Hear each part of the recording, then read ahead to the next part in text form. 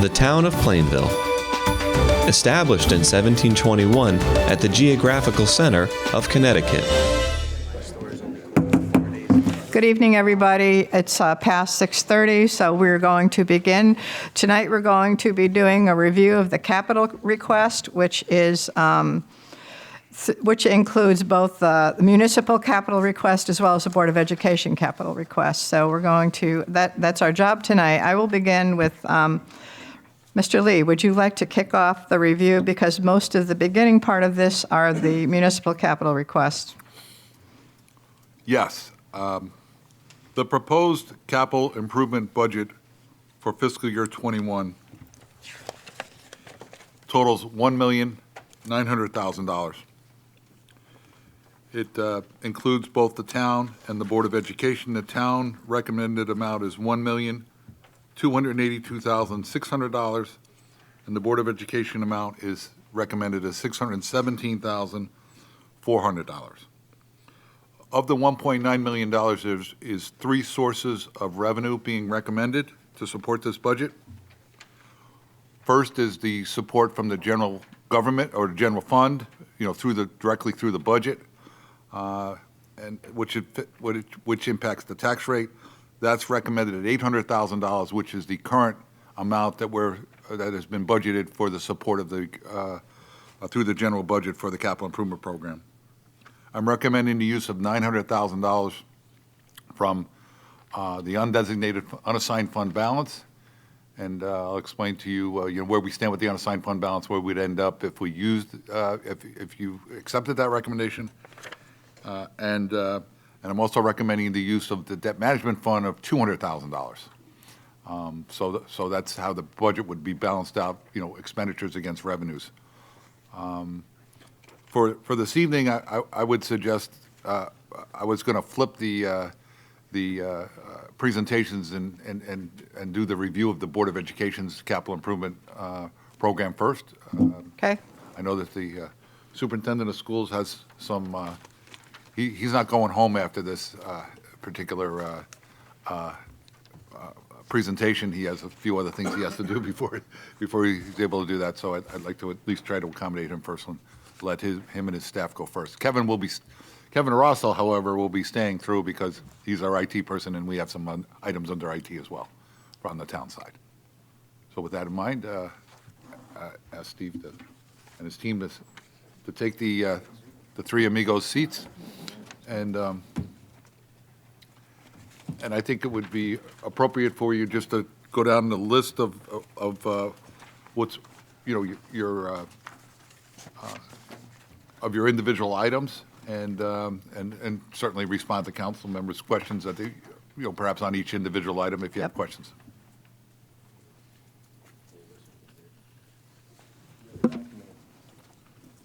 Did you have a document that was handed in? That's mine, but those are not the same as your order.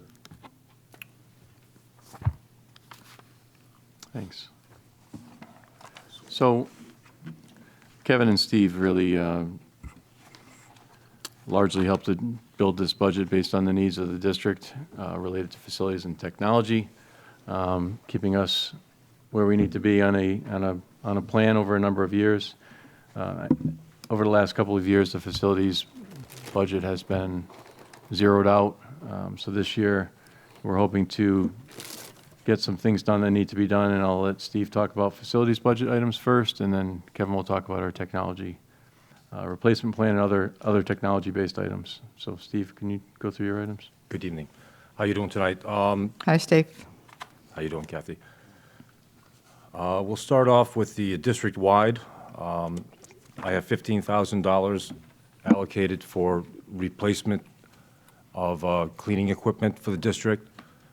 This is a couple of the ride-on machines and then some extractors and some other small pieces of equipment. Most of this equipment that we're replacing is vintage from 2003, 2004. So it's pretty much seen its useful life. And we try to keep these pieces of equipment as maintained as we can, but over time they do get used almost every day. So we're looking to replace those. I have a $25,000 for security improvements. That's something we try to do every 2 or 3 years. Kevin and I use that money to replace and upgrade cameras, do any additional card readers that may need to be put in, anything having to do with security. We have here for also, there's a parking lot, sidewalk, and drainage maintenance. This is having a company come in and clean out some of the storm drains that have been plugged up with sediment. We took that off, though. The town's going to do that. Yeah, I thought it was taken off. Oh, town manager's recommendation. I'm sorry. So that one was taken off. Yeah, it's the right-hand column, I think, that you want to look That at. is actually something Okay. that we're hoping that the town can. Right, we've talked about having the town crew, I thought this was next town forces look into perhaps doing that and being able to accomplish it ourselves. And if we're not able to do that, then, perhaps have it in next year's CIP. Okay. In consultation with our roadways department, our crack roadways department personnel.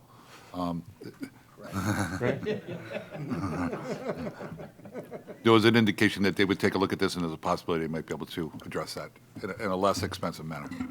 Our original proposed capital improvement budget was 684,000, or 682,400. And after some discussions with Mr. Lee and Mr. Bussell and Mr. Ross and myself and Sam, we ended up bringing it down to, was it 618, the latest? 617. 17. So, go ahead. All righty. The next item is for the high school, repointing the exterior. I've had a couple different masons come in and take a look at the building. We've had problems with water intrusion in the past, especially with wind-driven rain, and we've noticed that a lot of the pointing on the older part of the building is starting to deteriorate. So I'd gotten an initial estimate of over $200,000 to repoint the entire 54 section of the building. But I'm looking just to take a portion of that money and hit the areas that need it the most. I think that's the wisest way of going forward, hitting the areas where the brick is actually cracking a little bit, where mortar's been worn out from the weather and water starting to get into the building. And this will add many years to the life of the building. Steve, just a quick question about that. When the high school underwent its renovation some years back, was any of this included in that renovation work? Or is this? No, there wasn't any Okay. repointing. It was all interior and other renovation work Yeah, that I was mean, done? the There was no windows were done and- no exterior work done? No, there wasn't really a need for it back in Okay. back at the time it was looked at. Yep, thanks. You're welcome. The next item on the list is replacing the swimming pool heater. This is a 750,000 BTU heater that's down in the basement where the mechanical area is under the pool. And we've had issues in the past. There's water that comes up, groundwater, and there's a sump pump underneath there. And occasionally we've had power failures where those sumps fail and we get water down in this pool area. So there's been 2 instances, one right at the end of the construction and one, I would say, about 6 years ago, where we flooded out the basement down there. So that heater actually was about a foot underwater. We've been able to get it back up online and operational, but the heat exchanger right now is in fairly rough shape. So I'm concerned about it being able to leak combustible gas into the mechanical area and eventually fail. And if it fails, it would probably be 6 to 12 weeks to get a new one in place, and that would be the whole time that the pool would be out of commission. So I'm trying to avoid that and plan ahead and get it replaced this summer when the pool is down. Steve, is there any operational cost savings with the heater? Would it be more efficient? So there'd be, perhaps some, A newer one would most likely be more efficient, yes. I mean, they are very efficient to begin with, these Lochinvar heaters, but the newer ones are probably a few more % efficient, so we would save a little bit more. But we've saved quite a bit just from having that pool cover on. That, that saved us thousands and thousands of dollars a year in heating costs. So that alone should cover, cover the cost of this replacement heater, what we did years ago. Any other questions on that? Madam Chair, Yes. Steve, do you know how many weeks out of the year we generally use the pool? I mean, I know during season in school and stuff like that, the PE classes are in there, we have swim teams, but, kind of outside of that winter season, do you I have would an say it's shut down for about 3 months out of during the summer. We shut Summertime. it down Okay. early June. We let the temperature go. People still come in and use it. Okay, So it's probably only not used for a couple. Those few months. but Okay. We don't heat it for probably 4 months okay, thank you. of the year. You're welcome. Anything else? All righty. Moving down the list, the next one is at Linden Street School, replacing the walk-in condensing unit. Can you go back up to build a secure entrance that's under Plainville High School? Oh, yes, I'm sorry. Yes, building a secure entrance. This was something that we've been working on for a little bit.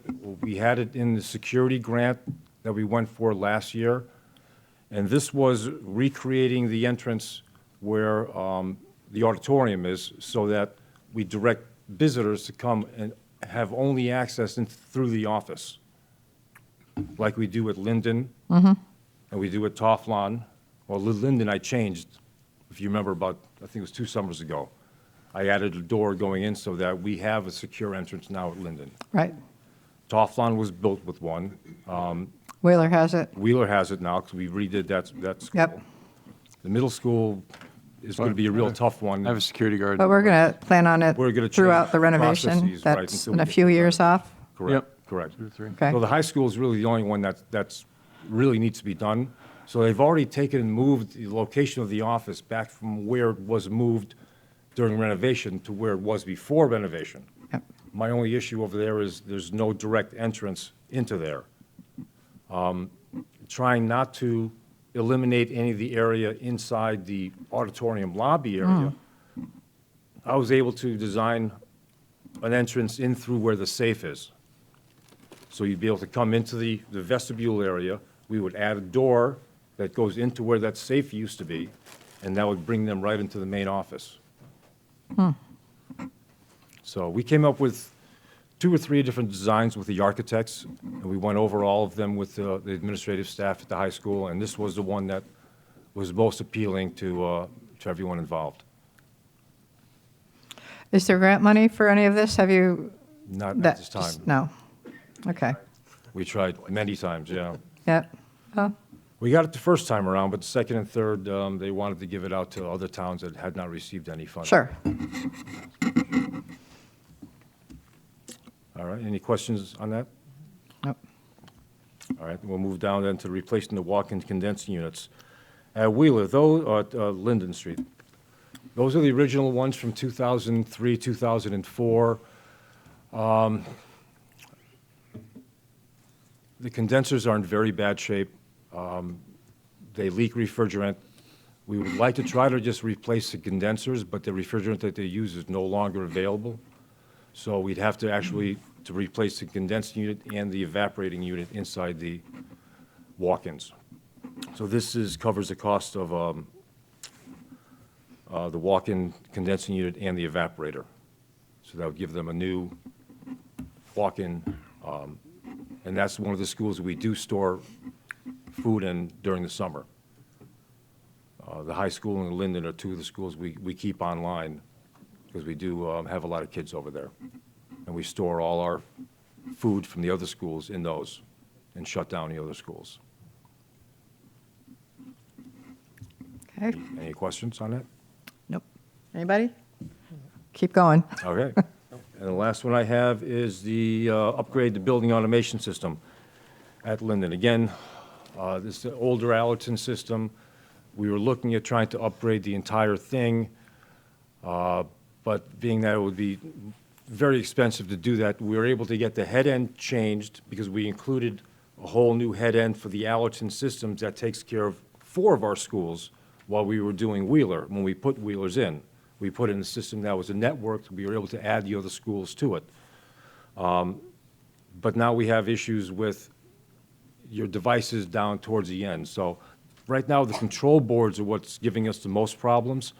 This $18,000 would give us the money to go out and be able to replace all the control boards on all the devices at Linden. Can you tell me what they do? I mean, I know control you boards- know the what they do, control but boards I'm not sure what an automation. Take the signal from your building automation system and send it over to your valves and your dampers to make them open and close. Oh, It's basically a giant thermostat that controls the A heating and cooling. thermostat. Well, and- it's yeah, a controller that goes but between. he has For the he's got atmosphere, scheduling heating, and yes, cooling? and monitoring and the ability to make sure oxygen levels and things like that are correct. Your CO2. CO2 levels and okay. It's part of the building automation. It's not the entire, it's one small part of the building automation system that is giving us the most problems, that we're looking to replace that so that we can keep our communications open with all our devices. I've talked about this before, is these are some of the things that come along 10 years after, 12 years after renovating buildings that never had those types of systems, because you used to have just heat on, heat off. Now we have air conditioning and climate control, and we have, these different, they're better energy efficient systems, but they have to be manually or managed through these systems. And we're working with Steve because they're computerized. And the reason we want to keep them maintained and ones with train and stuff is some school districts have gotten shut down because that was a vulnerability network-wise. They didn't maintain the system, and there was an entry point for a crypto lock and took out an entire school system for 2 weeks because of the building maintenance. So Steve and I work closely together, but he's talking more of the mechanical stuff, but I want to be Yeah, we're also proactive and remind people that all of our buildings now are like this, and these are going to be things that are going to be coming up year after year that we're going to have to continue to add to a budget to maintain these. So, Okay. Thank you. That helps. okay. Any questions so far from anybody up here? Okay. All right. Thank you very much. Kathy, one item I'd like to point out. And Yes. that's the entry canopy replacement at the high school. Right. That's in pretty poor shape. It needs to get done. The amount that's budgeted here, 20,000, is not sufficient to do it. I'm working with the administrative team to see if we could even use some of our students in their program to help not only provide a learning experience, but perhaps, save us some dollars with regards to this replacement. And we'll probably be bringing something to the council, maybe over the next couple of months, and maybe see if we can get it done over the summertime. But we weren't in a position to have it all put together, and so I just want to tell you that this might be forthcoming as a separate project, maybe outside of the budget. Okay. How's the funding going to happen for that? Well, that's to be worked out as well. Oh, of course. Okay. Thank you. All right. And that roof has been the underside of the large canopy going into the high school. If you've walked in there, it's got big chunks of things hanging off, and it's been repaired about 4 or 5 times since I've been here, or more. 3 times we repainted it. Painted, stripped, and It's the wrong material. They yeah. put moisture-resistant sheetrock up there instead of fiberglass. How long has that been there? Is that 2007. Since the renovation. 2008. 2007? Yeah. Okay. Kevin's going to talk about our technology replacement and other tech items. All right, so first item is our yearly Chromebook replacement. This is for 3 grade levels. We do, it's about 600 devices at $225 per device. They will be for 1 grade level in the elementary, for incoming 6th graders and incoming freshmen. That's our new replacement plan going forward. And that we never can have to vary from it from now on, because we'll rotate them at the elementary level. 6th grade, you get it for 3 years. Middle school kids are a little harder on the devices. And then in high school, you get it freshman year and use that all the way through your senior year. It makes it much more consistent, easier to follow. I had like slide rules to figure out where everything was and who had what, and trying to figure out. So we finally got it to that level, and that's kind of our consistent.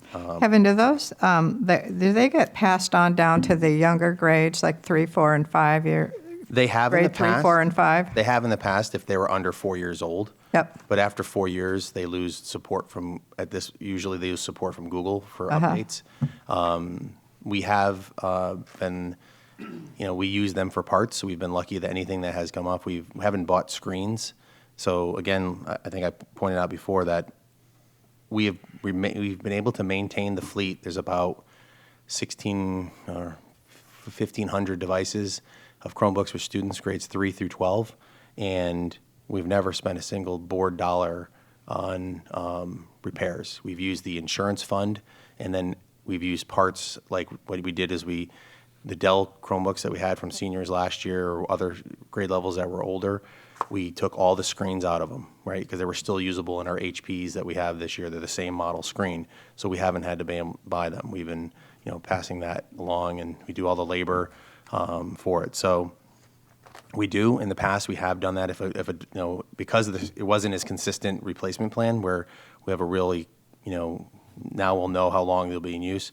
We would take say one time we had a class that had it for 2 years. We took them, brought them to 6th grade and gave them to the 6th graders, and then they had them for 2 years. But then it made it hard because now in the middle of their middle school years, we had to then replace it again. And then there were 4 or 5, then you're trying to get 6 years out of a device, and they just don't work that long. A good laptop like that you buy for $500 to $1,000, you probably get 4 years out of it, 5 years.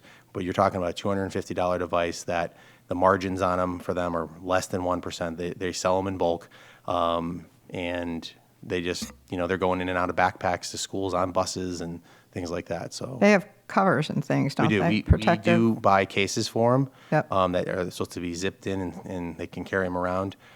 We try to reinforce that constantly.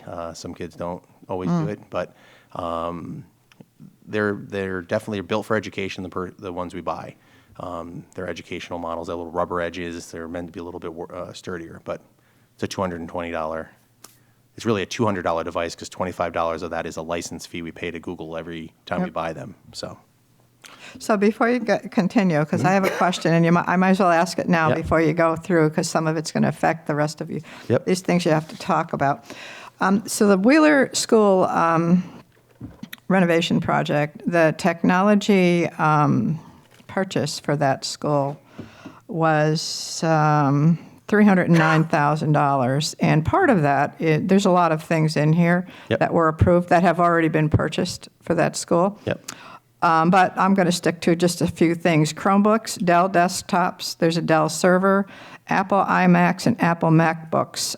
Those things have been purchased. They're for Wheeler School. How do they figure into your rotation of So the- Chromebooks and all of that? Because you've had $135,000 in your budget ongoing for the past several years, and I would expect that Wheeler School is in there as well. So how do you They account were for the elementary, so remember, that's only 1/3 of the 600, right? Yep. It's 3 elementary grades.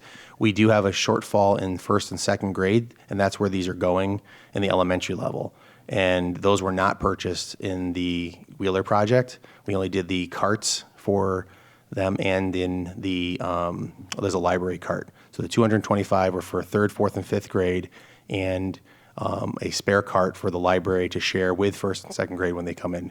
We have 7 Chromebooks we went to from MacBooks that we used to have, and we now use Chromebooks, and those are used in 1st and 2nd grade, but they use them in small groups. So they have 7 per classroom. There's about 20, 21 kids in a class, and then they work through stations. So they use those devices. The other equipment at Wheeler, we have the lab. We have the office computers were the 4 computers we got there, which we were reimbursed on. Yep, The we have lab- desktops for 3,000. MacBooks, is that for staff or Those for are the children? staff computers, yep. Yep. That saved us in one sense in the capital because that's 1 year that we haven't replaced. Those are the staff laptops they had were pushing 6 years. The ones we have in the budget for coming up at the high school are 6 years old and then some. A few years ago, we asked for some funding to actually upgrade them as best we could with new solid state hard drives. We've gotten as much life out of as we can. Batteries are starting to fail. Thermals are starting to happen. After a computer runs for so long, it eventually just starts to break down, and then they just start failing. So you only use them for so long. So we have those devices, the teacher laptops. We did the displays. We did. Yep, There's 2 displays. printers. There's the networking gear we still have. Yep. Was just approved. The server that's there is running the building automation system. It's running the storage for all the cameras at Wheeler and the elementary schools. The storage array is the backup for all that that we're replicating across the district by using the 10 gig fiber we have. So I'm not sure what else, document cameras we got for the classroom. Yeah, you had like network gear, printers, cables, Yep. all those Yep. kind of accessory things Yep. that have to be purchased. So, okay, thank you. Yep. So the next line at 128,000, that is to replace the teacher laptops at the high school, which is the largest group, and that's, the hardest part is trying to get them, and we've pushed them off a few times. We've kept kicking this can a little down the hill, and that's why we waited till the displays were done first, and which we finished last year at the high school, and now we're getting the high school staff laptops. Included in there is a little bit more is for our paraprofessionals. In the past, we never had desktops or computers for paraprofessionals, but they're doing a lot of data collection. We have about 60 paraprofessionals who are using Chromebooks.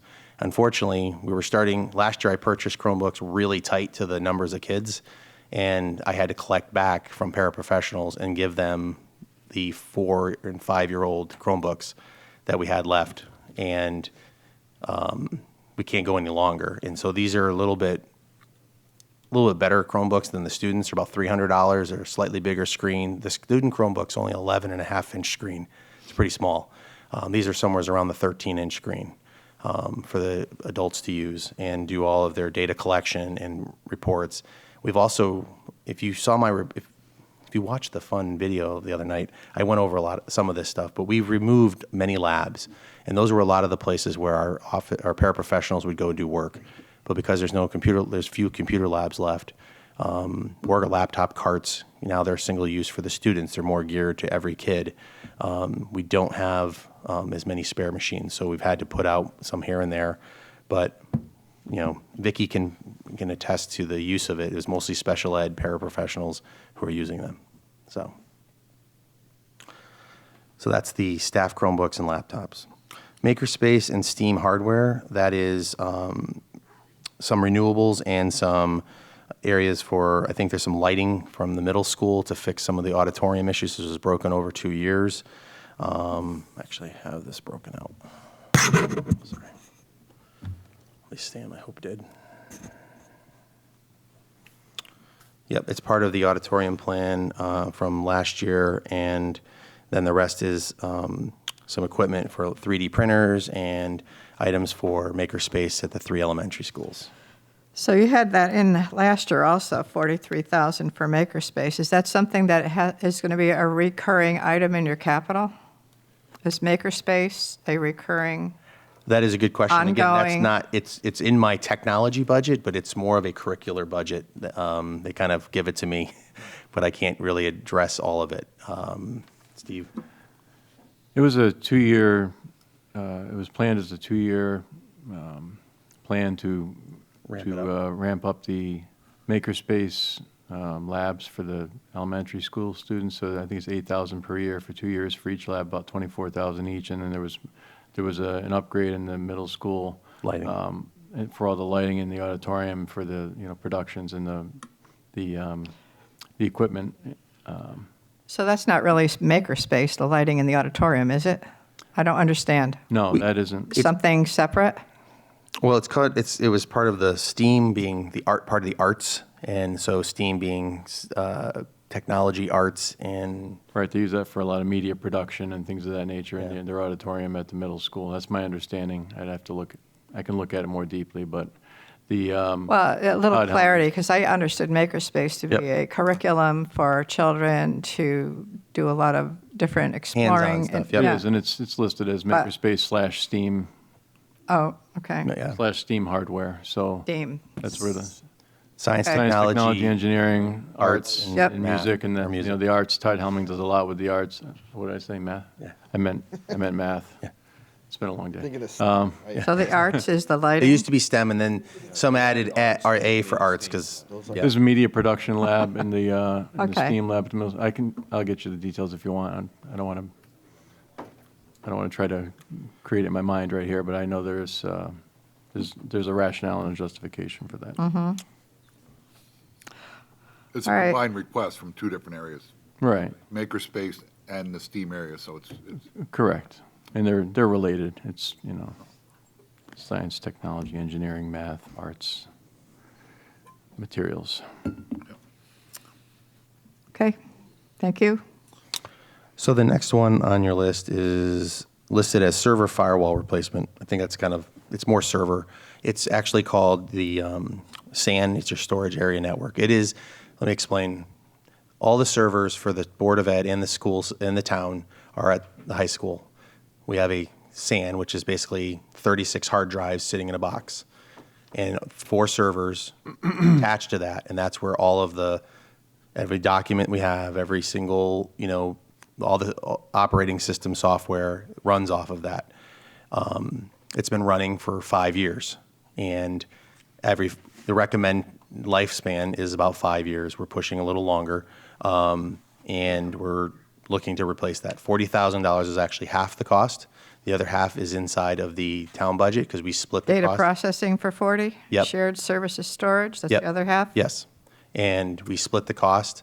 I've started preliminary work with Dell, who is the vendor we've used in the past, and I'm working with another couple of companies to try to get pricing. That along with we'll talk later about the police department network upgrade or core server upgrade. We're trying to bring both of those in line. But the first budgets, even though I told them how much money I had, went over by $40,000. So, when I got quite angry with the woman on the phone, we're working our way down. So there's discounts, they say. I'm like, well, just tell me them right now. So we're working through all that. But that is what basically it is. It's also the newer systems that we're looking at are more capable. They're capable of surviving crypto types of attacks because basically hourly or daily, it's snapshotting the data. And if someone's machine or gets and they're attached to the network and all of a sudden like a whole bunch of files get encrypted, we then can go back to a snapshot in time and restore that. We also have backups. We have multi-layers of security on our data we're trying to do. Unfortunately, it's not inexpensive. But we have saved costs. We talked about this last week when consolidating back. We're not running servers here and there. We're basically running 4 servers for all schools and in the town. Basically, in the past, I had just for the schools at one time, 15 servers, 20 servers, doing multiple things. We still have some other small servers, but the core of it is all happening in this array. So there's savings there. But just give you an understanding of it. It's a pretty important piece. We want to keep that in every 5-year replacement plan. If we either in the future want to start budgeting chunks at a time and carry it if you can for 5 years, and things like that. That's another option going forward after this year. Any questions? Nope. Okay. Next is the 10,000. Network upgrades. This is using E-rate funding, so that will only cover 40% of the cost because 60% is covered by E-rate. So this is for upgrades. So another thing that I talked about this Monday was the use of E-rate that the schools have used. We've used about 70% of available monies. I wish we could have used more, but unfortunately, you have to have the matching funds to do it. So if it's 100,000, you need 50,000 to do it. So we've done some very big things over the years. We've continued to upgrade the hardware, but that hardware is coming back to the town. What we're using is the sooner we upgrade the equipment, and if it's still very viable, which it has been, we upgraded the police department, the fire department, the central town hall, the library, park and rec, senior center, every single facility. We're building out now, and they're ready for fiber already. So we just need to plug in the fiber at all those locations when that time comes, and they are ready to go. But it allowed us for cameras and PoE and access points and things like that because these switches have what's called power over Ethernet. So now you just plug it in, it powers up off the network. Makes it more resilient as well because now you just have to have battery backup and generator power at the network, and those devices stay running. So that's been a big savings. I would say at least $100,000 worth of savings to the town with that equipment coming out of the E-rate program. So Okay. big bang for your buck there. Okay, thank you. All right, thank you all very much for coming tonight. Does anybody have any questions of any of the capital from the Board of Education? Madam Chair, Yes. I actually have a question for Kevin. correct me if I'm wrong, last year you had a request on the capital budget that was not funded for a chiller or air conditioning for server room, the high school Well, that was me, it was funded. We did replace.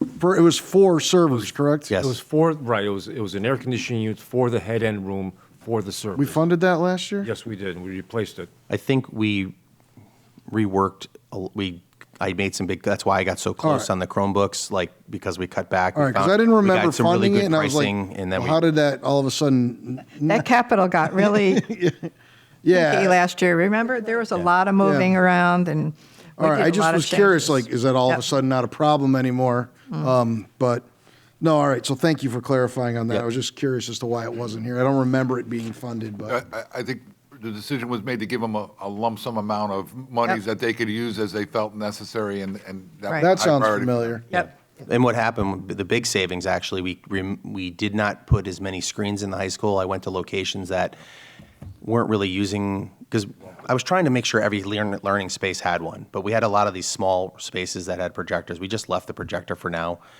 They weren't using them very often.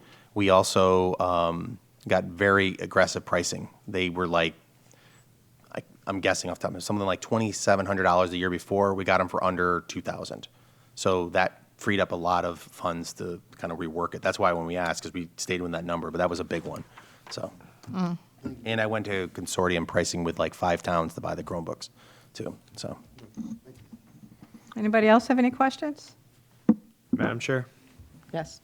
So as far as the Chromebooks go, with giving the staff members the little bit nicer ones, a little bit better ones, how many staff members do we have using the MacBooks over those kind of not, I know the Chromebooks are a lot different. I know that you probably can't do your job from a Chromebook. I have an understanding of that, but I know I know what you're saying here.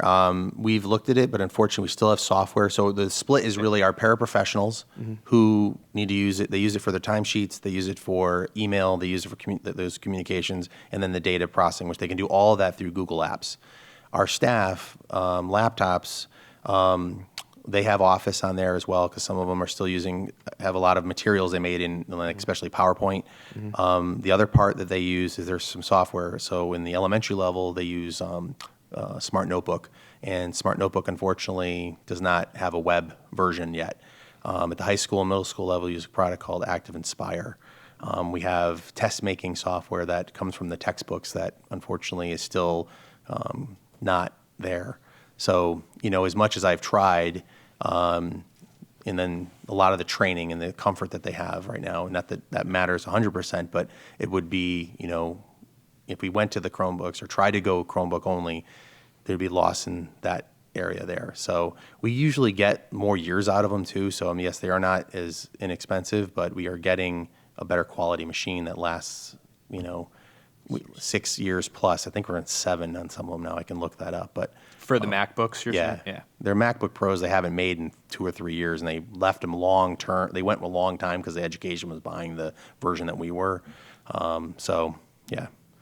And the new ones are about $1,000 replacement. Do we get a fairly decent rate from Apple when we order select MacBooks at a time? Or Yeah, when we buy them, we get somewhere in like a 10% discount Something. from Okay. what other people would pay for them. Somewhere we buy them in 5-packs, so they sell them in bulk somewhat. But Thank you. All set? I just wanted to. Okay, I guess we're all set. Thank you very much. We're not going to make a decision tonight. We're going to listen to all of our, all of our departments and all of our folks that are here tonight. And, is there anything else you'd like to add? I just wanted to thank Kevin and Steve Bussell. It's great to have, and I said this at the board meeting the other night about Kevin, but to have experts who really know their stuff. And Kevin and Steve are both always looking for economies or efficiencies. Hey, I have this idea, whether it's Kevin with the phones or Steve's able to, find more efficient ways for operating all the facilities. So we're fortunate to have that. I think sometimes I take it for granted, so I just want to publicly acknowledge the work they do. And I'd like to echo that to a certain degree, and that is every Tuesday morning I meet with the Public Works crew department, and Steve Bussell participates in that as well, so that we have a communication every Tuesday morning and talk about what's going on, and if he can help us out or we can help him out and we share services, that's something that we've coordinated over the last couple of years. In addition, Kevin is very active with our computer committee, which is made up of, people from the police department, from, town hall, from the library, from, senior center, and Kevin, works with that committee to, to determine the needs and to solve problems that we, and answer questions that we may have. So, it is integrated, and we do work together on a very regular basis. Yeah, we're very lucky. Not every town has such synergy that Plainville has in respect to communication and understanding what the needs are and sharing knowledge. That's not always the case. So it's certainly a benefit to everybody that we're able to do that. So I appreciate all of that you do for not only the board, but for the entire town. Okay, thank you. Well, Don't sit too far away. Yeah, don't go too far. I have a couple of items that I can cover on the town side, at least at the beginning. First one being the assessor revaluation. We're expecting a revaluation, well, we're required to do revaluation once every 5 years. And 5, right? It's been a moving target over the years. But our next revaluation is due in October of 21, on the October 21 grand list. We have 2 years to get to the October. We have fiscal year 21 and fiscal year 22. So fiscal year 22 includes October of 21. So if you can follow that. We have 91,000, excuse me, the entire project cost is $250,000. To date, we have, saved 91,000. So that leaves us with 141,000 to spread over the next 2 years. I'm recommending $50,000 for next year, and that would leave us a balance of 109 for the year after. However, by the time we get out to next year when we're doing the budget, we will have better numbers as far as what the total project cost will be. So if it's less than $250,000, we'll only ask for whatever that less amount. You may say, well, why is it 50 and 109 left? It's because we didn't fund the $50,000 one year because we were tight on capital projects, and it was, revaluation is a little further away. There's something that was a little more immediate. So, that's the reason why we're at where we're at. So, the recommendation is to put $50,000 in next year, and with a potential of $109,000 next year, or the year after, and with the hope that it may be less than that. We had bought some equipment during our last reval, which was relatively expensive when we purchased it, and we believe that we can, that equipment, that software and hardware will allow us to, get a better price for doing our reval, the next round of revals. We really won't know that until we go out and bid it out and bring that to the council for a report. So that is the reason for the $50,000 request, knowing that we're really about a 141 short as it stands right now, but we're only looking for $50,000 for next year. Next item is data processing department upgrades and equipment. We go through a replacement cycle as well. Our goal is to replace computers once every 5 years. So we're on a 5-year replacement schedule. Next year, the data processing, the computer replacements that are planned are in the sewer department, the tax department, and the town manager's office. That's our replacement cycle for next year, and cover any, there's some dollars that are above, that doesn't use up the whole $30,000, but if there's something that goes down from another department, there's some dollars in there to help pay for that as well. The shared services storage is our share of the Board of Ed, with the servers. The fiber install for the municipal and BOE buildings was a project that we've spoke about, many times over the last year or so, and we had indicated that we would budget in the capital improvement $50,000 a year to pay back, to pay for, a share of the program that's been funded through the water pollution control budget. So we're paying back the water pollution, they're loaning us the monies, and this is us paying them back to save the interest on going out and borrowing it, so that would, it's kind of a plug-in number. It was something that was I guess, planned for when we had discussions with the town council. Is there any questions on any of those first four items? Nope. If not, I would ask Matt Catania, the police chief, Matt Catania, and Kevin, I guess you can perhaps assist him.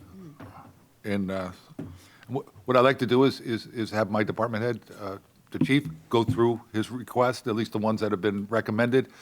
He certainly can comment on the ones that were not recommended as far as funding is concerned, but I've had, several conversations with my department heads about what are their priorities, what can they live with, what's their lowest priority, and usually the lowest priority are the ones that don't get recommended, to a certain degree, so.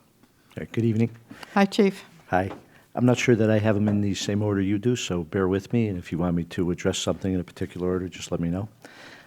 We have, for the department, an update on the police station. This is an entranceway enhancement that really should have been fabricated at the onset of the building, but here's the dilemma. A prisoner comes to turn themselves into headquarters, or somebody comes to visit, and as soon as they come through their first entrance, they have free reign of the department. They could access civilian employees in records or civilian employees in dispatch.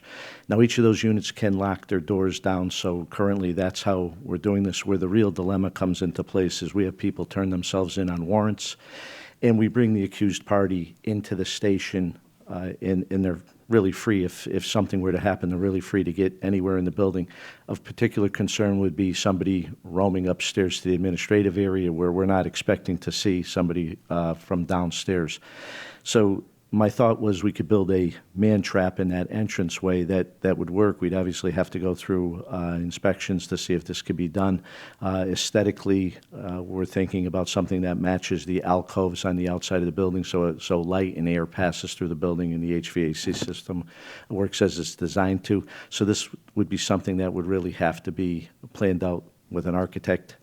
But it is something that really this building should have had. We currently are doing business in the lobby, so if you came in to get fingerprints done, but we're arresting somebody, we're in the lobby trying to put handcuffs on somebody where somebody came to ask us for a report or ask us for information, or somebody who's lost who wants directions. So a little bit of an issue there. And that's just a very, very rough number that we got several years ago when I started looking at this. And this has been something we've been thinking about for the last at least 8 years.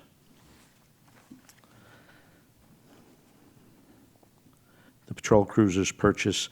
This is the rotation that we're on, that we've tried to be on. It's 2 cars 1 year, 3 cars the next year. The idea behind this was we have 10 cars in our initial fleet. We have more cars than that, so I don't want to mislead you. But the 10 primary cars that we use on patrol, which are the cars that you see that are marked, that are going around the neighborhoods and responding to calls, those are our primary cars. We run 10 of those. Those are our cars that are in the best shape and the newest cars. When we miss a year, and I'm thinking the last time we did get 3 cars was 2015 or somewhere around there. When we only get 2 cars, we get off of that rotation where every 5 years we have turned over the fleet of 10. So what happens is puts great demands on the vehicle, on the fleet, and they start running up over 100,000 miles, and you start getting bigger repairs, and you start running into safety issues. These cars take a tremendous amount of wear and tear. They're running 24/7. Oftentimes they're idling, and it's not because we want to waste gas, but now with the advent of Narcan and other things in the car, we have to keep the cars relatively climate controlled now. So if the day's a beautiful 70-degree day, we shouldn't be idling, but if it gets down too low, the heat has to be on, and if it gets up too high, the air conditioning has to be on. A lot of wear and tear on the vehicle. We estimate that it's 30 linear miles of travel for every hour of idling, and that's just the standard number police fleets have used throughout the years. To give you an example, our supervisor's car, when we started needing to put what's called coil packs or in my world, spark plugs into them. The car was estimated to have 280,000 miles on it at that point because of the amount of idle time, because the supervisor's car runs around the clock. So with this purchase, we're looking to have the 3 cars this year so that we can kind of catch up. I'll compound the issue that we run into for problems when we had 1 car struck on the side of the road and totaled, and then Ford wasn't able to deliver. We were 3 cars down, and we ran cars up over 100,000 miles very quickly because we were running a smaller fleet more often. So that becomes kind of problematic for us. Any questions on that, Madam Chair? I would just point out with regards to the police cruisers, when we retire the police cruisers, we look to hand them down to other departments to use for, they're less, intensive as far as the use, but, if we don't stay on a regular replacement schedule, what happens is those cars aren't in any condition to even hand down, which creates further problems down the line for, the need to perhaps purchase vehicles, new vehicles to be used down the line because we don't have any more hand-me-downs. So we've been pretty successful in doing that in some instances, but I think we're getting, we're getting to the point where, we won't be able to do that if we don't stay on this regular schedule that was planned for a while ago. It hasn't impacted us yet, but we're getting close to that. And I'll add to that, if I may, that the situation is, first, they're handed down through the department. So by the time I'm going to Dave Emery with a car to tell him, would you like this car? Oftentimes, Dave Emery's looking at a car that has tremendous amount of miles on it and is of no use to him. So we pass them down through the department for detective use, for administrative use. And so oftentimes they're pretty well used up by the time we're done with them. The next item I'm looking at is the upfitting for those cars. This has been problematic and largely due to the fact that model changes and style changes have prompted us to, we haven't really gotten to the point where I projected we would be about 5 years ago when all of this started to change. I had hoped that we were using equipment from one car to the other, and then Ford, in their infinite wisdom, decided to make the car a little wider. The light bars wouldn't fit. Cages inside for security for our guests didn't fit, and so we're constantly playing catch up.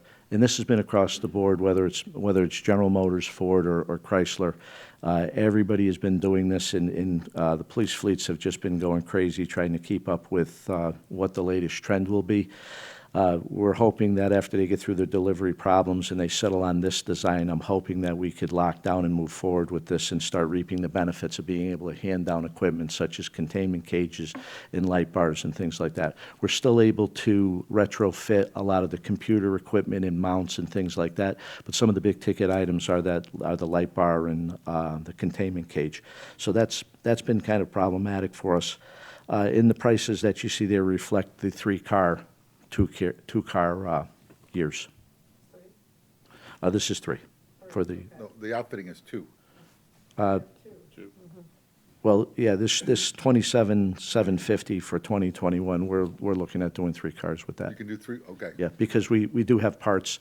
And part of what's baked into that is we do have parts that from our crashed car that will be filtering into this.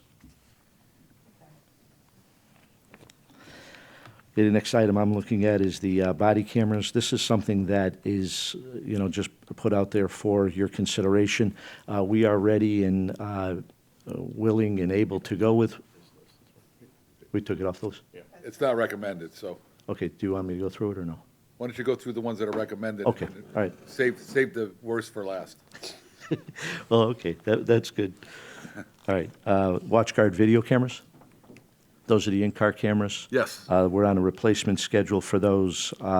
This is an item that is going to be wear and tear, and this is going to be the common theme with anything to do with technology that has anything to do with the police department. And just as you heard on the Board of Ed's side with their SAN, we have the same issue coming up down the road here in our discussion. But these cameras are not lifetime cameras, and they take a lot of abuse and wear and tear through vibration and through just the officers using them, the on-off buttons, the clicking of the different modes that they have to be in.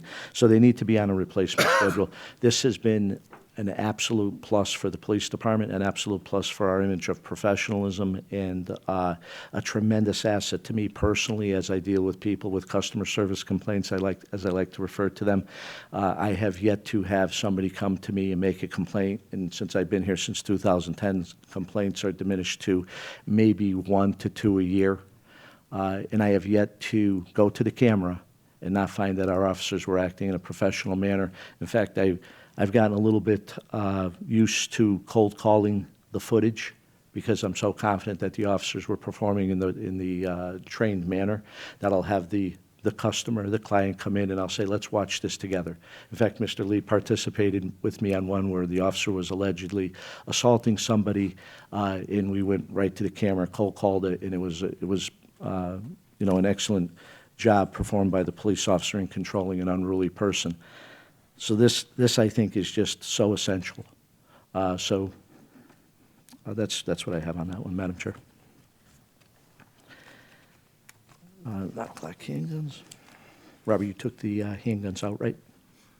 No, the handguns, no, the handguns is out, right? Handguns should be out. You hadn't asked for handguns, believe it or not. That's correct. We actually, that You had was a- the year there in the was some budget where confusion we. there. You would ask for shotguns and somehow, and the AR-15. That's correct. Replacement, and so I funded one of them, and it That's really correct. was the It's the AR-15. $7,500 for the Yeah, AR-15. so that's the next one you made. But, Madam Chair, council members, what happened with the Glocks were, if you recall, we had the sales rep approach us, fantastic deal, was half the price, and we did this last year. So we were able to fund that at half the money.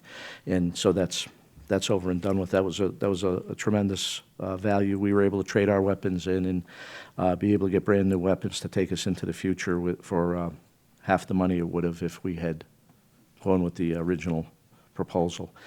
The item that the town manager is referring to is a carbine rifle. It's commonly referred to as an AR-15. That's a very selective weapon. We requested both an upgrade in our shotguns, which we use for specific details, and our AR-15s, which are our more selective weapon. And so we came to the agreement that the $7,500 would be requested for the AR-15s. We have not replaced those. We have those on a 15-year replacement, and they're due. They're due. Computer replacements, this is really a misnomer with that project title. I'll get to that last if you don't mind. Police and SWAT vests, these are the particular vests that are worn by the tactical members. We have 3 tactical members in our department that participates in a regional team. These vests are not covered by the NIJ's vest reimbursement program, which they reimburse the soft body armor the officers wear at 50%. These are not reimbursed at all. They're not included in the program, and so we bear the entire burden of cost on it, but it is an essential piece of equipment. Those are replaced every 5 years. Dispatching computer software, this is the maintenance for the Hunt system, which is now called AccuCom. That's an every year reoccurring thing. This goes towards keeping our CAD and RMS that, as you're well aware, we finally have worked out most of the bugs with it, and it's running pretty well. But this is the maintenance program that's designed to go along with that, and something that's part and parcel with it for every year. That's the item we were talking about when we were talking about the operating budget. So that's a number that's given to us by the vendor. That's contractually what that vendor wants from us per year to maintain that system. We have defibrillators. The defibrillators it's pretty straightforward.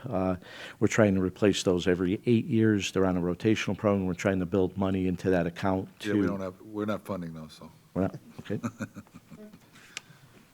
Well, there you have that. Took care of that, Madam Chair. I mean, he can. Certainly the council could add it if you want to, but. Yeah, Let's- the town manager and I have let's move on worked to through the- it. That works for me. It works. We're able to work it out. The 5-year contract on the Goosetown Radio, we're entering into our beginning of the next 5-year contract on that. Radio system will be enhanced, will be modified, and brought up to 2020 standards. That's part of our agreement. This has become, Yeah. This has become a yearly fund that we come in front of you with. This was the lease that started. I don't foresee into the future that we'll ever buy a radio system that's going to last 25 years. I think those days are long gone. I think the manufacturers have baked into the cake planned obsolescence. Robert, did you? No, that's the $160,000. That's correct. Okay. That's correct. Any questions on that, Madam Chair? No. Did we talk about the computer equipment for 100,000? Not yet. I We put it didn't off get to the there? side. You saving that for the end? Yes, Saving that's the best that's for the last. big. Fabulous. That's the big one. All right, so there we are. We're at it. I assume that's all I have left in Eddie's folder. So the $100,000, as Kevin Ross was talking about before, is a service area network, what we refer to as a SAN network, and it is the bank of servers that Kevin could speak to eloquently. For me, my part of the explanation would be this. I am held to a standard of retention of records by state law. I cannot get rid of evidence. I cannot get rid of documents. I can't get rid of photographs. I can't get rid of any materials that are deemed evidence. Our phone calls are recorded. Our pretty much everything we do can be deemed as evidence. So we're stuck with storing a lot of things. So if we go back 30 years ago, these would have been boxes stored in a basement somewhere, piled sky high, or in filing cabinets that were never ending, and we were purchasing filing cabinets. In my layman's approach to computer work, these are the filing cabinets. These are the expensive filing cabinets that we use today with the type of data that we're storing. I am completely handcuffed to this. Technology will eventually, what the Connecticut chiefs and what chiefs across the United States are saying is that eventually our budgets will be consumed by over 50% to 65% with technology. And I can honestly tell you that this is what I've seen over the last 5 years especially. We're not getting away from it. I sat in a meeting about 20 years ago where my chief thought he was being, my boss at the time, I was second in command, thought he was being very aggressive by telling the council that he'd rather go back to paper. And the council looked at him, our selectman board at the time, our version of the council at the time said, we wish you would go back to paper. But the reality of it was a statement he made that he couldn't back up because we're never going back to paper. We just never are. So this is going to become an essential piece in our array of storage. And I don't know how to get around it. Kevin and I have gotten into some very, very deep conversations that aren't always really pleasant, because I'm trying to find ways, and Kevin's trying to find ways that we could accomplish what we're trying to do. When you look at the amount of paperwork we generate, and text isn't really the big storage issue. The big storage issue is video. And now video has become what's called best evidence. And so it's the gold standard. When you have a video that shows that we did this, this, and this, it saves on the liability end because we're able to show we're doing what we're supposed to do, but we're paying a price for that. And this is the gift that keeps on giving. It's never coming down. And I can't. And we've offset costs with the video too, because we went into a new system for WatchGuard, where it's actually a cloud-based CGIS compliance system. Because an example of, if you have, we'll just use round numbers, 10 terabytes of data that you need to back up, you're supposed to have it backed up 3 times. So that's 40 terabytes just for that. The camera system right now is at 15 to 20 terabytes of storage. So that's almost 100 terabytes of storage needed, or 80 terabytes. And to back it up is astronomically expensive and hard because you need to have in multiple locations and multiple formats. We went with this cloud solution because the server that we needed for that went away, but we get unlimited storage, and they back it up and have retention. So we are finding ways to lower costs. The storage, the main storage that they're using now, we're increasing slightly for future growth because there are other files, like evidence files, that go into this storage from, when they get, many people have cameras now. And so we get they get, not me, they get video files, when someone breaks into an apartment or breaks into a house, a Ring doorbell, we have all of those pieces now. So video is becoming more, our photos, a camera today, even in your cell phone, an average photo is, 10 megabytes. They get bigger and more detailed, but there's more of them. So we have those. We've also worked on digitizing a lot of the records because they were running out of actual paper space in the building.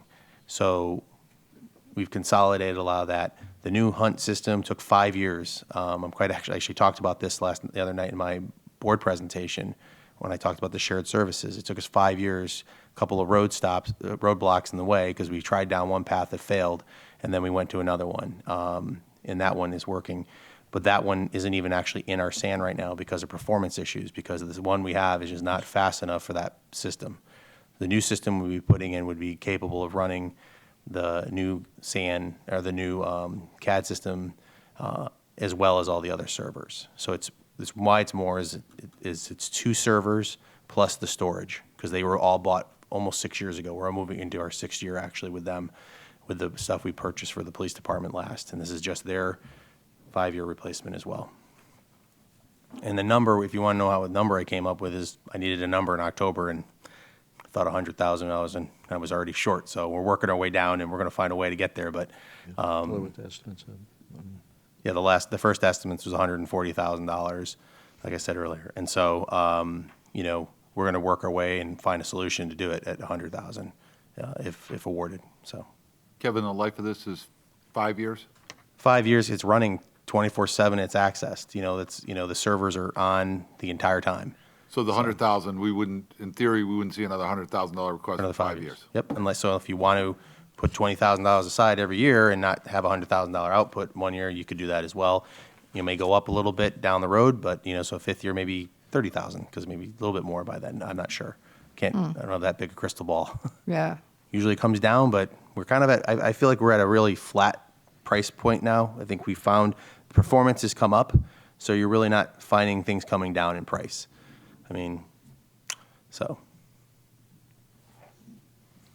So those, where all this information is stored, those are very secure locations because the police information is far different than the town general information that's been stored elsewhere also. But that's a very secure.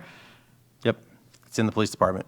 That's why they have their own server downstairs, and they have their own air conditioning that had to be replaced last year too. And it's inside their building. There's a secure. You have to be buzzed. We have to be buzzed in. Only 2 of my staff, actually, myself and Dan, right now, are the only ones that work there.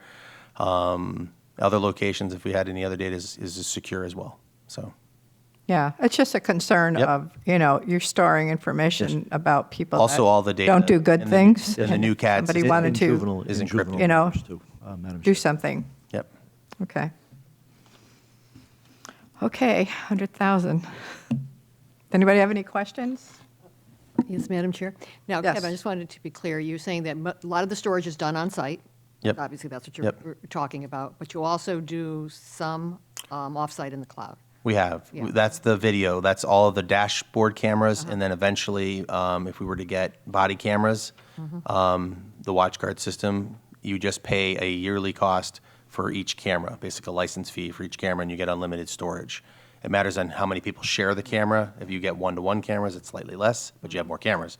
If you share a camera, it's slightly more because it's going to be working 24, or 2 of 3 shifts probably, because you have to rotate them in and out of chargers. But like I talked about the backing up of it, we tried backing up the first one. It took a week just for us to copy all the files and then move them and then try. It's not quick. So, and that's why letting the experts, let the company that owns the product do it. They're compliant with all of the federal regulations. We've looked at other ones as well, like our email system, like our Office 365. That is government rated and CGIS compliant.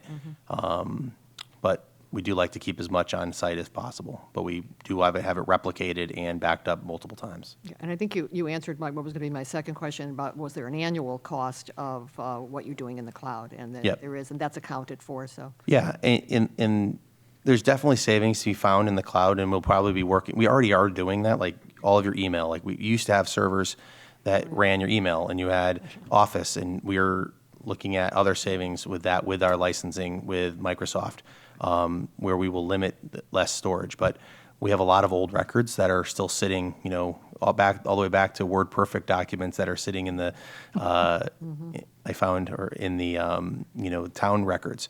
So, and the police have records that go back digitally for a while too. So, we need to work through those.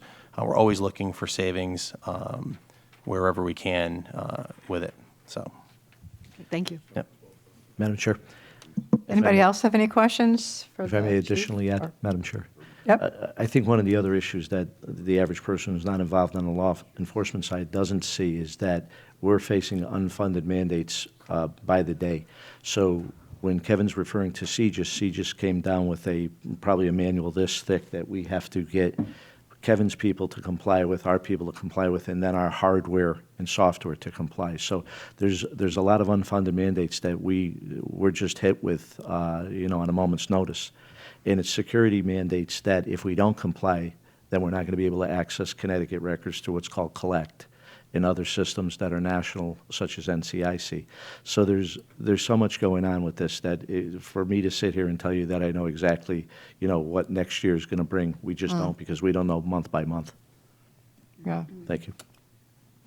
Okay. Well, thank you for the explanation. We certainly appreciate it. All right. Anything else from the police? We're all set with that? I think we did all of those items. Yes. Okay. Unless you wanted to hear from some of the items that were not being recommended. That's okay. Okay, Another time. next year. They don't go away. Next department is the fire department. I think they feel somewhat slighted because the police went in front of fire. Next year we'll switch it, we'll rotate it.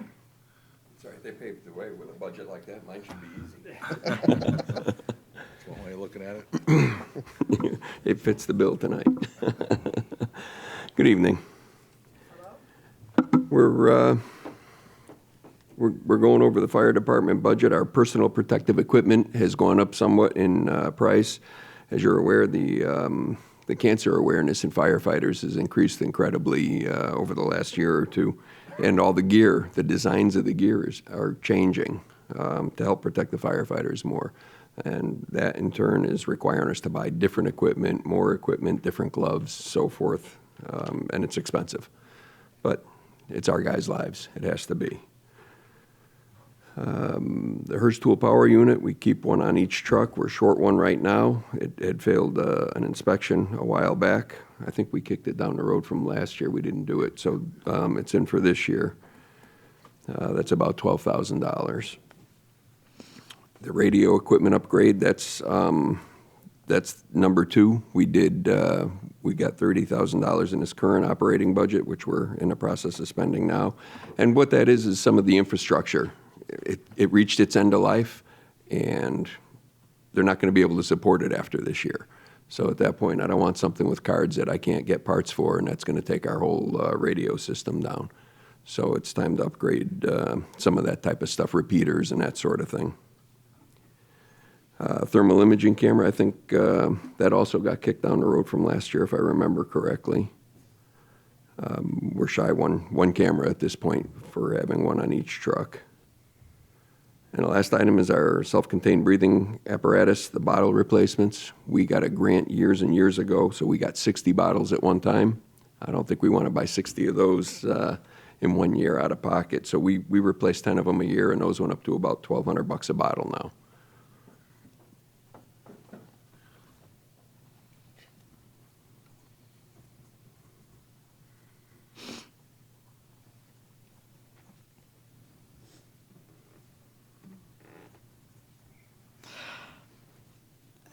Can I ask a question, Kevin, regarding the radio equipment upgrade? This Sure. is not the same upgrade that we did about 5 or 6 years ago with the communications. Is that the same thing, or is this something No. quite different? It's something completely different. Okay. That was, Can you the tell me what that console- is? Yeah, that was the console actually in the dispatch office that we had to upgrade.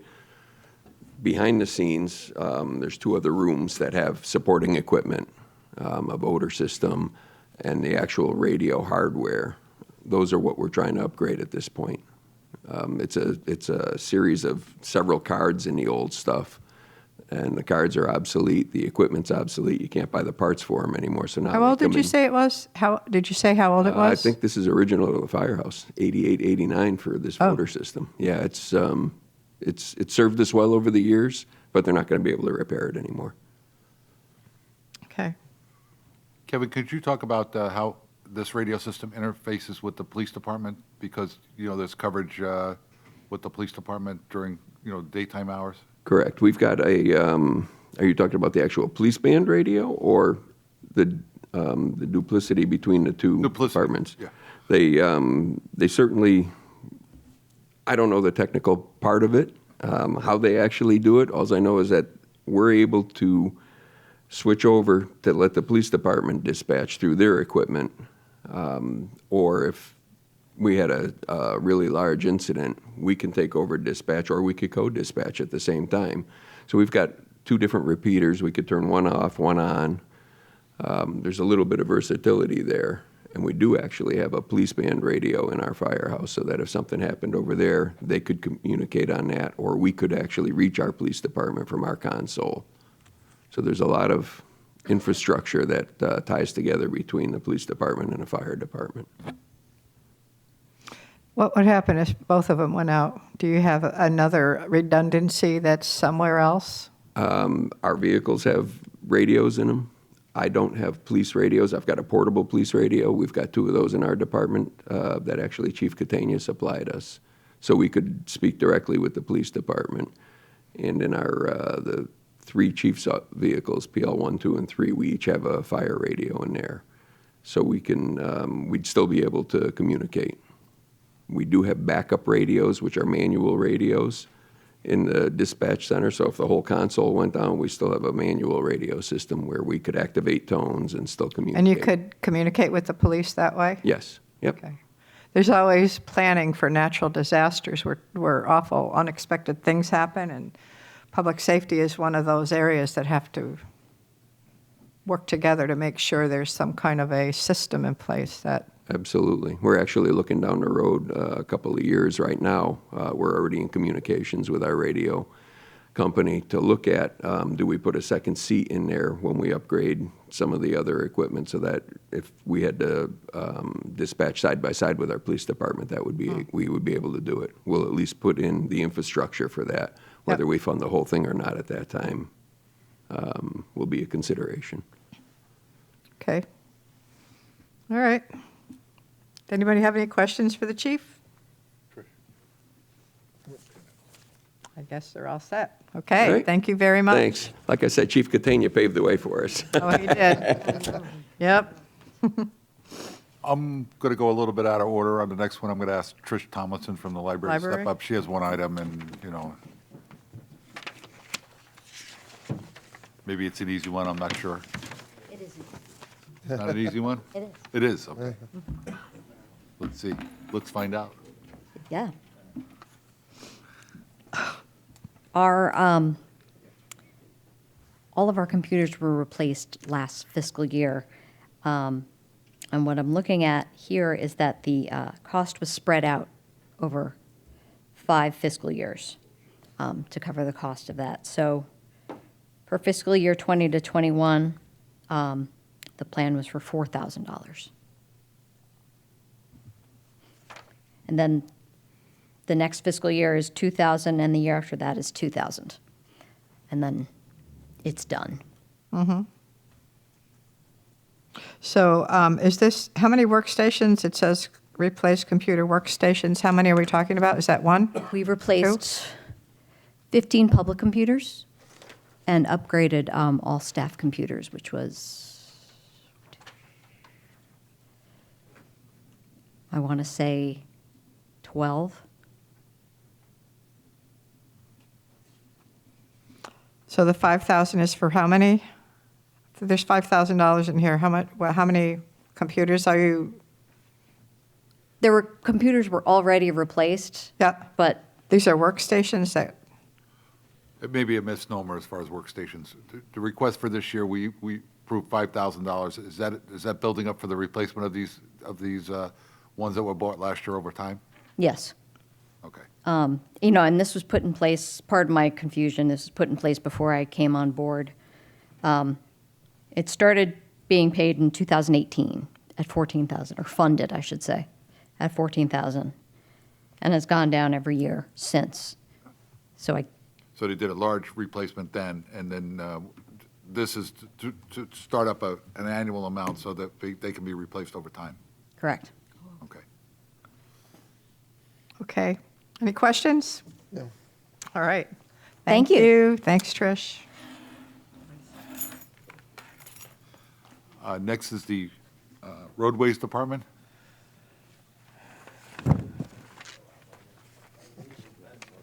Yeah.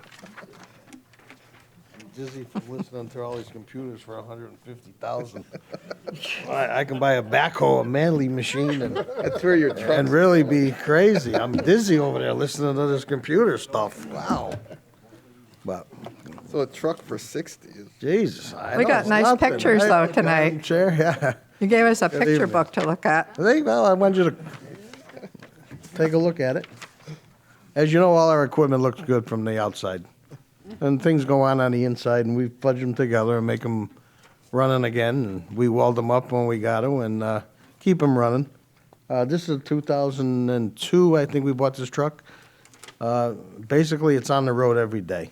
This truck is just there, and it's running, and we haven't had any issues with this truck, but it's starting to rot from underneath.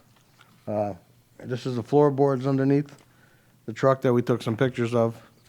There's some other pictures of the frame and cab mounts underneath the truck. That is just Mother Nature taking it with the salt and everyday use. They do get washed. Every storms, these trucks are washed from underneath, but this, it just happens. You know, the truck's 18 years old and Yeah. it's used, and actually, it's an asset to our department. The rack body dumper is picking up everything on the sides of the road. Other departments borrowing it, and along with us on our construction projects. But Okay. Hold on a minute. How about the leaf machine? well, let's see. I got Do you have a picture of that? We don't have a picture of the. Well, that's disappointing. I know. Let me tell you, I don't want to see a leaf machine. That's my biggest headache. I'll take a blizzard any day over leaf season. But what I'm looking to do is, we haven't bought a leaf machine, I think since 2008 maybe we bought the last leaf machine.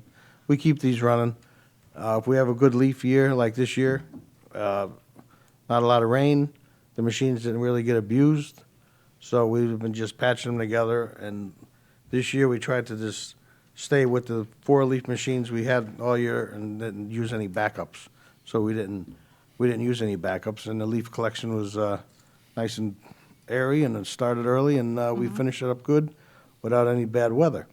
But what I'm looking to do is, they come out with the leaf machines now that are hydraulic booms. The ones we have now are all mechanical, so the guys are swinging, and they're Right. swinging, and they're, like I say, I got a guy going with a rotator cuff. So I'm looking, town of Farmington has one, few South Windsor, they're hydraulic booms, which the guy will be running it with a control, and it goes back and forth. I've been putting it off for a few years because I feel that it's a slower machine versus our guys going back and forth. But now I'm starting to look at what's going on with my guys' backs, shoulders. So I would like to purchase one of these machines this year and see how it does work in our fleet of leaf machines. A lot of towns are going with these.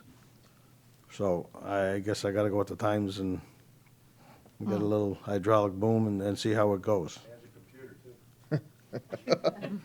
Unfortunately, these engines today do have computers, and we can't work on some of them. But someday the town manager will get me to be a computer guru. I think he's working on it.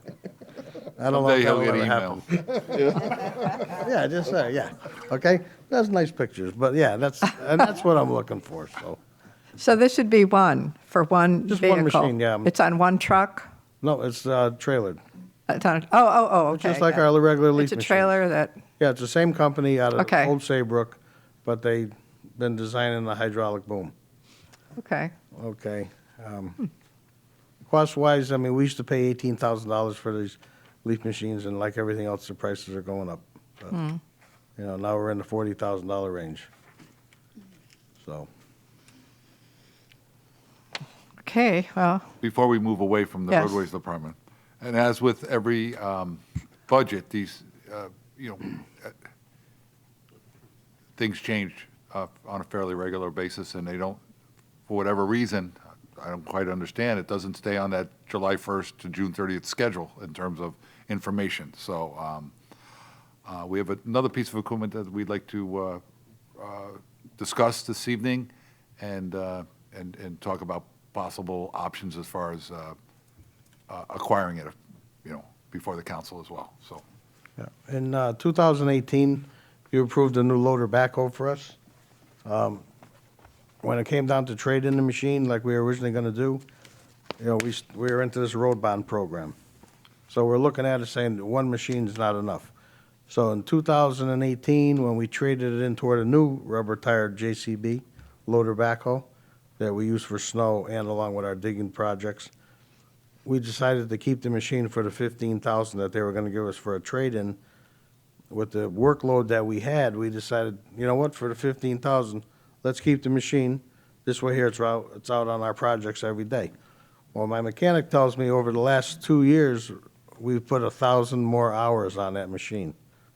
And when I was looking to get rid of it 2 years ago, it was starting to get tired. So we took a look at it this year, saying, okay, what's going to go wrong with this next? It's been running fine, things have been good. But like I said, we don't know what goes on. I'm up about 8,800 hours on them right now. So we're not looking to get into a motor job. Recently, we had a little project at the police department, at the little gazebo in the front of the police department. So we decided to demo a machine, which is the one that's up there right now. So in talking with the dealer, we looked at our machine. Now, we purchased this machine in the year 2000. 2000? Yeah, 2000. So it's 20 years old. We bought it for $74,000 back when we purchased that. They will give us $20,000 on a trade-in. This machine here is $74,000. So I'm looking to somewhere find $54,000 to offset the cost of the machine. Talk a little bit about the machine, though, itself, the mini excavator. The mini What does it do and excavator- Why it would benefit the department. Well, we rent them periodically to get into some of the waterways, smaller projects. They're versatile. They do less damage on the lawns. They're pretty compact. We find that some of the waterways, we have to climb into them to clear out some logs. We can't get in there with our rubber-tired machines.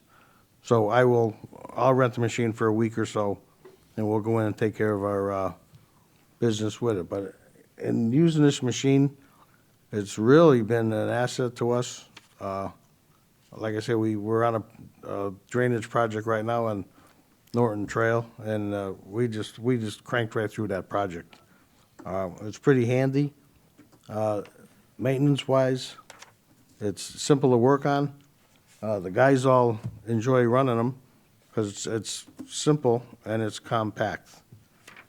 With some of the projects we had in the parks, I think it would be an asset to the town if we looked into this a little closer. And with the upload of work we do have coming up, it would justify it. Now, if you take the machine we bought in the year 2000, and they're going to give us they're going to give us $20,000. We paid $74,000. If you take that over 20 years, I mean, it costs us $2,800 a year to own that machine, and it's done considerable amount of work. So I think our trade-in value is pretty good, what they're looking to do. I understand that I did not have this in our capital budget to begin with, but it was just something that happened to come up, and then overseeing, looking at our other machine, saying, okay, what are we going to do with this if something was to break down? So. What would you I'm pay a week to rent something like that? You said you rent them Yeah, occasionally. it's $3,200 for a month Oh, okay. to rent them. They brought in a demo model, and there's a couple of different options in terms of how this could get paid for, and I'd like to at least run the three options past you, just so you're aware of it when you're making your decision. One is, Dom has indicated that if he had a choice between the rack truck or this mini excavator, he would prefer the mini excavator. So one option may be to substitute one for the other. However, you saw as far as in the CIP program. But as you saw, that truck is in, pretty sad shape. But again, in terms of, priority, that would be one option. The second option would be that we do have a current surplus in our operating account Specifically, because we had a light snow year, we had $120,000 budgeted for, contractors. We expect to have a surplus of about $60,000 this year. So we have $60,000 available in our operating account Current year. in the current year. Yeah. The third option is it could get purchased out of the road bond program. This is something that, is used a lot on the, for the road bond. We have surplus dollar, we didn't use up all of the first 5 years, so there is some money available in that. I would, if you ask me what my recommendation would be, it would be option B, which is using operating monies from the current fiscal year and to, get that machine as quickly as possible. I know it's sudden, but they brought a demonstration model here and was able to see the benefits of it, firsthand using our own, roadways crew and putting in some drainage lines. And, before we putting in the drainage lines ourselves, before, paving a road over is that we'd like to get, as much underground taken care of. We could hire a contractor to do it. We can do it, ourselves with a bigger piece of equipment, which creates a little bit more, damage at times.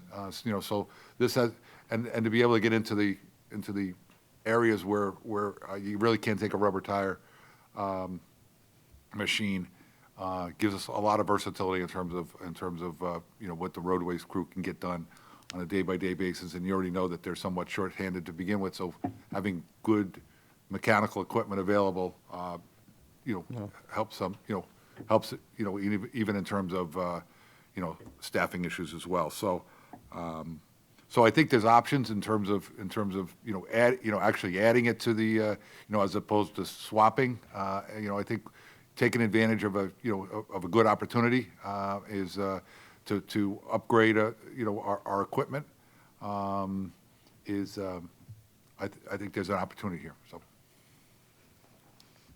I think if there's extra money in this year's budget that you don't foresee we're going to use, that was for contractors for snow removal. Is that the line that you said? Well, then, yeah, that makes sense to, that's my opinion. I don't know how everybody else feels. I like option B. Yeah, I think that Are we makes using letters sense. or numbers? I'm in agreement with that as well. So what we'll do is we'll bring that before a council meeting, either, it may not be Monday night, it may, and we'll go through a formal process. It'll be you transfer in the last year, you have to transfer the dollars and, but Don will go forward with putting together the paperwork on it so we can bring it before the council. Okay. And I do have the machine, if you guys want to come out to the garage and take a Oh, look yeah, at that it. would be fun to drive. Yeah, well, I'll put you in it. I would like that. Plenty of land, and you can look at the machine that I'm looking to. He actually offered Trade to it. put me in the machine the other day. In the bucket. That's one way to get you hooked. I wasn't quite sure what end it Bucket. was, so I just wanted Like a little tank on tracks. Yeah, so I appreciate you taking it into consideration, and we'll Sure. take it from there. Any other questions for me? Oh, Okay, thank you. All I'll right, see you. good Have a job. evening. Okay, I'm thank gonna you. Thanks, see that Dominic. excavator. And nice job with this PowerPoint. Yeah, love the pictures. I'm not even sure he took the pictures. Next is Buildings and Grounds, Dave Emery.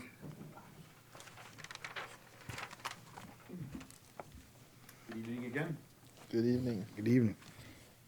Hi, Dave.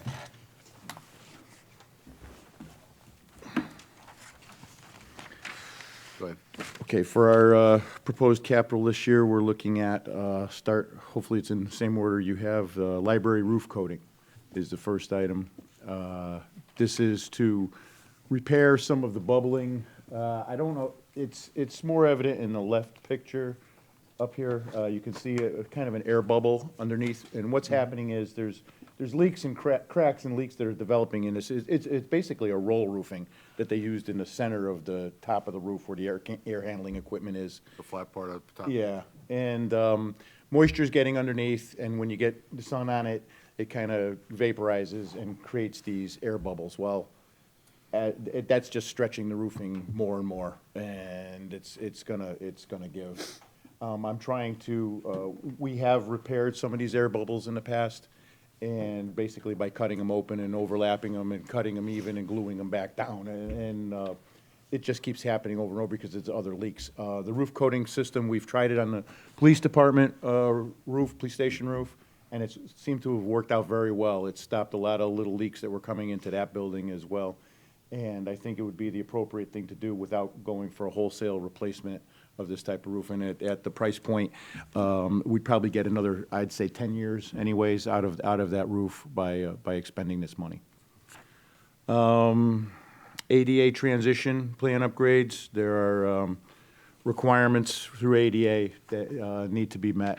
A lot of our buildings are older and don't have the required ADA equipment or access areas and that sort of thing. I'll help you out here. Sure. We did an ADA survey. We have a list of improvements or, changes that need to be made in order to comply with ADA. We do it a little bit over time. You may recall that one of the items we did last year was move a couple of seats that were in here, but, to create, space that, some of it has to do with putting up proper signage for the blind, for example. Some of it is, there's requirements in terms of, doorways and those types of things that have to, get changed. There's access to certain buildings that have to, get it, changed. And the ADA people don't require that you do it all at once, but as long as you're making some kind of progress, they're aware of what our list is, and as long as we make a little bit of progress each year on our list, they kind of stay off our back. But if we have the list and we don't do anything, then, there's a possibility that we could, get cited at some point in time and be required to do it right away. So it also helps us when we apply for federal grants, and that we have to show that we're following our ADA plan, and so that gives us some bonus points as well. So. Okay. So we would be going down the list and looking at what we could do for the money we would have, and at least try to be as effective as possible with that. If the council wanted to review the ADA plan, we could certainly make that available to you as well. The boiler replacement, looking to replace the boiler at Norton Park Garage. And there it is, yes. This is circa 1989 unit. It's there's certainly been repairs on it. It's an oil-fired unit, heats hot water, sends it through the building with space heater, unit heaters throughout. It's given us trouble on and off. We've had to replace components on a regular basis. The firebox, which is where the flame's shooting out of the burner inside, is deteriorated. It's not to the danger point yet, but we don't want to let it get there, as well as the tubing that's inside the boiler. It's just old and tired, and it really needs to be upgraded. There's a couple of older boilers in town that really need it, but this is probably the one that would be priority at this time. And of course, something newer is going to be more efficient, better controls on it in the whole 9 yards. So I feel this is something between safety and protecting the equipment that we have in the building itself. I mean, we don't want to have to go into crisis mode and replace this thing when it finally does, give us has a catastrophic failure or something like that. And in the wintertime, we have to get temporary heating, and then we have to search for somebody get held hostage for replacing it at the time because we have an emergency situation type of thing. So I'd rather be proactive and at least get this one done, because I think it probably needs it more than any other one in town and the buildings under my jurisdiction anyways at this point. That's that. Can I just ask a question on that? Sure. Sure.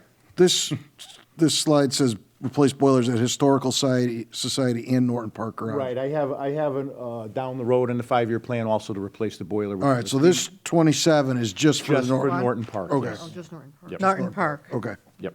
And Thank you. It's going to be probably the similar higher number depending. The boiler at the Historic Center is a steam boiler. It's the only one, we have two, one at Rec and one at Historic. But that's a really old boiler. Okay. But it's actually holding together, and we had to make a few repairs on that last year that will give it a little more life. So we're confident that thing should hold together for. Okay, but for next year, just the Norton Park Garage. Correct. Okay. Dave is one of our few directors who tries to warm me up for next year as well. So. Yeah. You listening?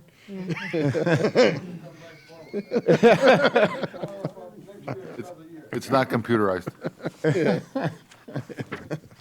I also have in the request a 4-wheel drive mower These are two different machines right here. The newer one's on the left, the older one on the right is the one I'm actually looking to replace.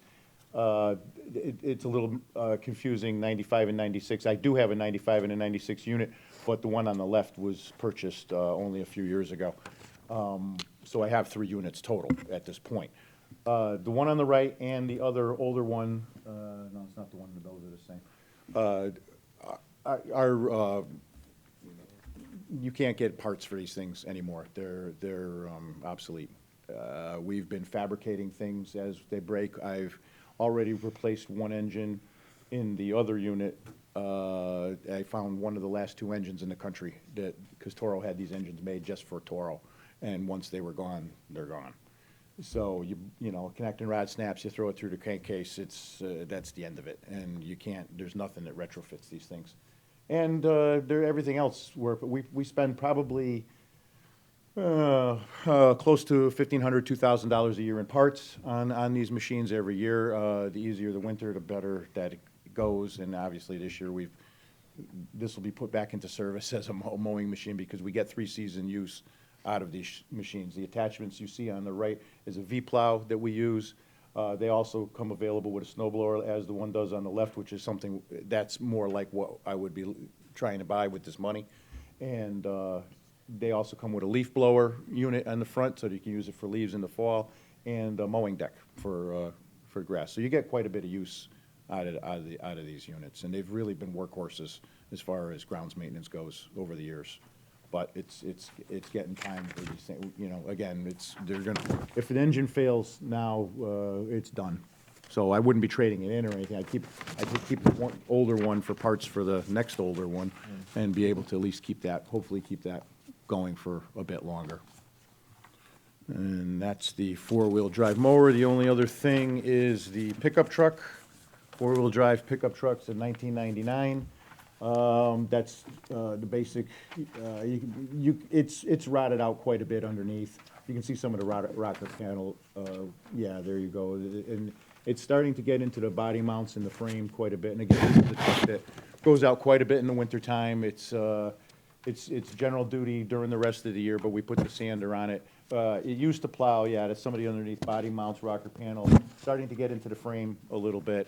It's just had its day. I don't know where you drive. I would recommend that if you had any question about the condition of this truck, you come down and I'll let you drive it. After you drive Dom's machine, because that's the Cadillac. Then you come down and see what's happening with this, because even with no salt in that sander, it twists and bends just going down the road. I mean, it's not worth. I'm not going to condemn it yet, but it's close. So that's the one I'm looking at to replace, and those are the reasons why. I mean, these things are out in the winter. Every salt and snow event, these things are out there, and no matter, like Dom said, no matter how much you wash them, this salt just eats them to death. But it's a 99. I mean, we've preserved it for as long as we possibly could here without the metal disappearing, and that's pretty much that one. They should be able to replace it with an equivalent truck that'll hold the sander and be utilized in general maintenance in the department. It won't have the dump body on it. This one has a dump. You can't put the dumps under the bodies anymore. They won't allow it. National Transportation Safety Board won't allow that anymore. But because they've had problems with the fuel filler pipe, and people have made mistakes, and lawyers have sued, and you can't do that anymore. So that's how that goes. But it'll still be quite a useful truck. Okay. Any questions about our buildings and grounds equipment? No. Okay, Pictures thanks help, so that's much. for sure. Yeah. Having pictures makes a difference. Come down. I invite you all, any of you, to come down and take a look. I'm sure Don would appreciate it too, because this stuff. Yeah, and David's, Come walk with you. Yeah, you could, you walk, yeah. Wait, I you have come in. to ask. Rosemary, there's a we'll let you light take it blue for a truck. ride. Oh, yeah, you'd How understand. old is that? Yeah. Yeah, Did that that was finally- engineering departments. 89, yeah. Because you know what, and I hate to do this. You got that one of the years I was working for the town in the summer. That was the first year it was Yeah. I used it 3 summers ago. Yeah. I was still using it. They would never let us drive it, obviously, but yeah, it was brand new. Yeah, no, that You got town got its money's worth from Yeah. that vehicle, that's for sure. Yeah. No. Thank you. I would point out that the truck that you just saw, I think it's been requested the last 2 years, so the rest didn't just show up overnight. It just got to the point where, it's been tough, fulfilling all our needs. This is something that got pushed back, but it's really something that needs to be replaced. That was the first truck I bought when I came to work for the town. Lovely. Yeah. On a Thanks historical for note. that. Thanks for that. We'll put in the historical center when we're done with it. No, we don't. Sure, if you want to do that now, go ahead. Madam Chair, Yes. motion to have a 5-minute recess. Okay. Second. All those in favor? Aye. Okay, we're going to take 5 minutes. We've been sitting here a long time. Okay, we'll continue on. Next department we're going to be reviewing is Technical Services Department, and John Bossy is here to talk to us about it. Take it away, John. The first item I'm requesting funds for is continuation of the roadway sign replacement program. Those funds pretty much provide materials for roadways to install new signs, stop signs, speed signs, and the like. Includes posts and all the hardware and all that kind of stuff. You may notice that there's new guidelines, federal guidelines for the posts you see, when they have the reflective stripe that goes all the way up, but those kinds of things. So, those are the kinds of things we're looking to replace because they have better reflectivity, but people can see them, further distances, and and federal government feels that that's a safety item that is certainly beneficial. And how many do you get for 15,000? Well, every sign, they vary, but materials are about $100 to $150 per sign. Okay. That's the whole package, including the break off and the breakaway and that kind of stuff. The next item is robotic total station. This would replace a manual total station that we have. Now, the existing one is over 30 years old. It still works, but the robotic station will allow surveying to be done by one person. That machine, the new machines follow the one person. The person wears some kind of receiver and has a kind of like a remote, and it walks around, and when it hits the button on the remote, it records that location. So this would permit one person rather than myself and my other staff member to do survey. So, would preclude somebody that's a department head for being involved in surveying. Yeah, let me speak to that for a second. Mike Perry is our surveyor, and we do a lot of the design of our grant projects. For example, Town Line Road, Cook Street, Northwest Drive, and we're also looking to do, we're looking for a grant for a sidewalk along East Street. We're looking to do Whiting Street. So we do these designs in-house ourselves, and so there is a lot of surveying work that's involved with it. And we're also, as part of the road bond project, we're doing surveying as well. I was coming home from lunch the other day, and I'm driving down Norton Park, and here's a guy standing out there holding a stick, and it's John Bossy.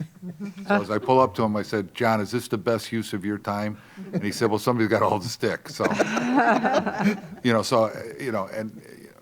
maybe we can get a high school, can hire somebody, it just, you never know when you're going to, you go out there and do it. Sometimes it's weather related. So this is a kind of allows us to do a one-man job. It doesn't take up two persons, and unfortunately, a lot of time the second person is somebody that we're paying a lot of money for, and certainly we can use his talents somewhere else at times. So this is something that has been requested in the budget for several years, and again, I think there's an opportunity this year because we've built up some monies in the unassigned fund balance that in my opinion this is a time to take care of that particular, request. And again, that's been in there probably for the last 4 or 5 years. Okay.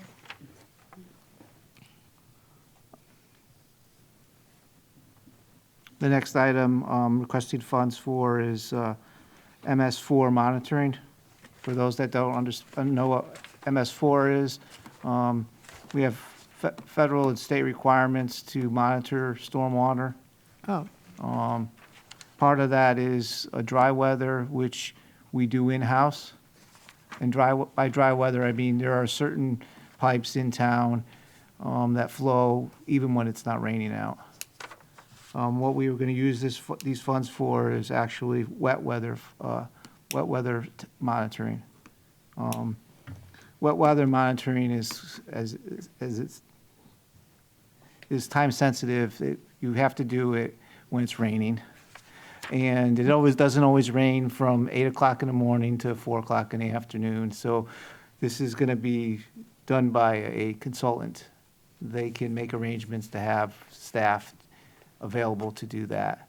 We do some monitoring through consultants for a similar type of program that's done during wet weather for our industrial stormwater permits, which are permits related to our roadway facility, water pollution control facility, buildings and grounds facility.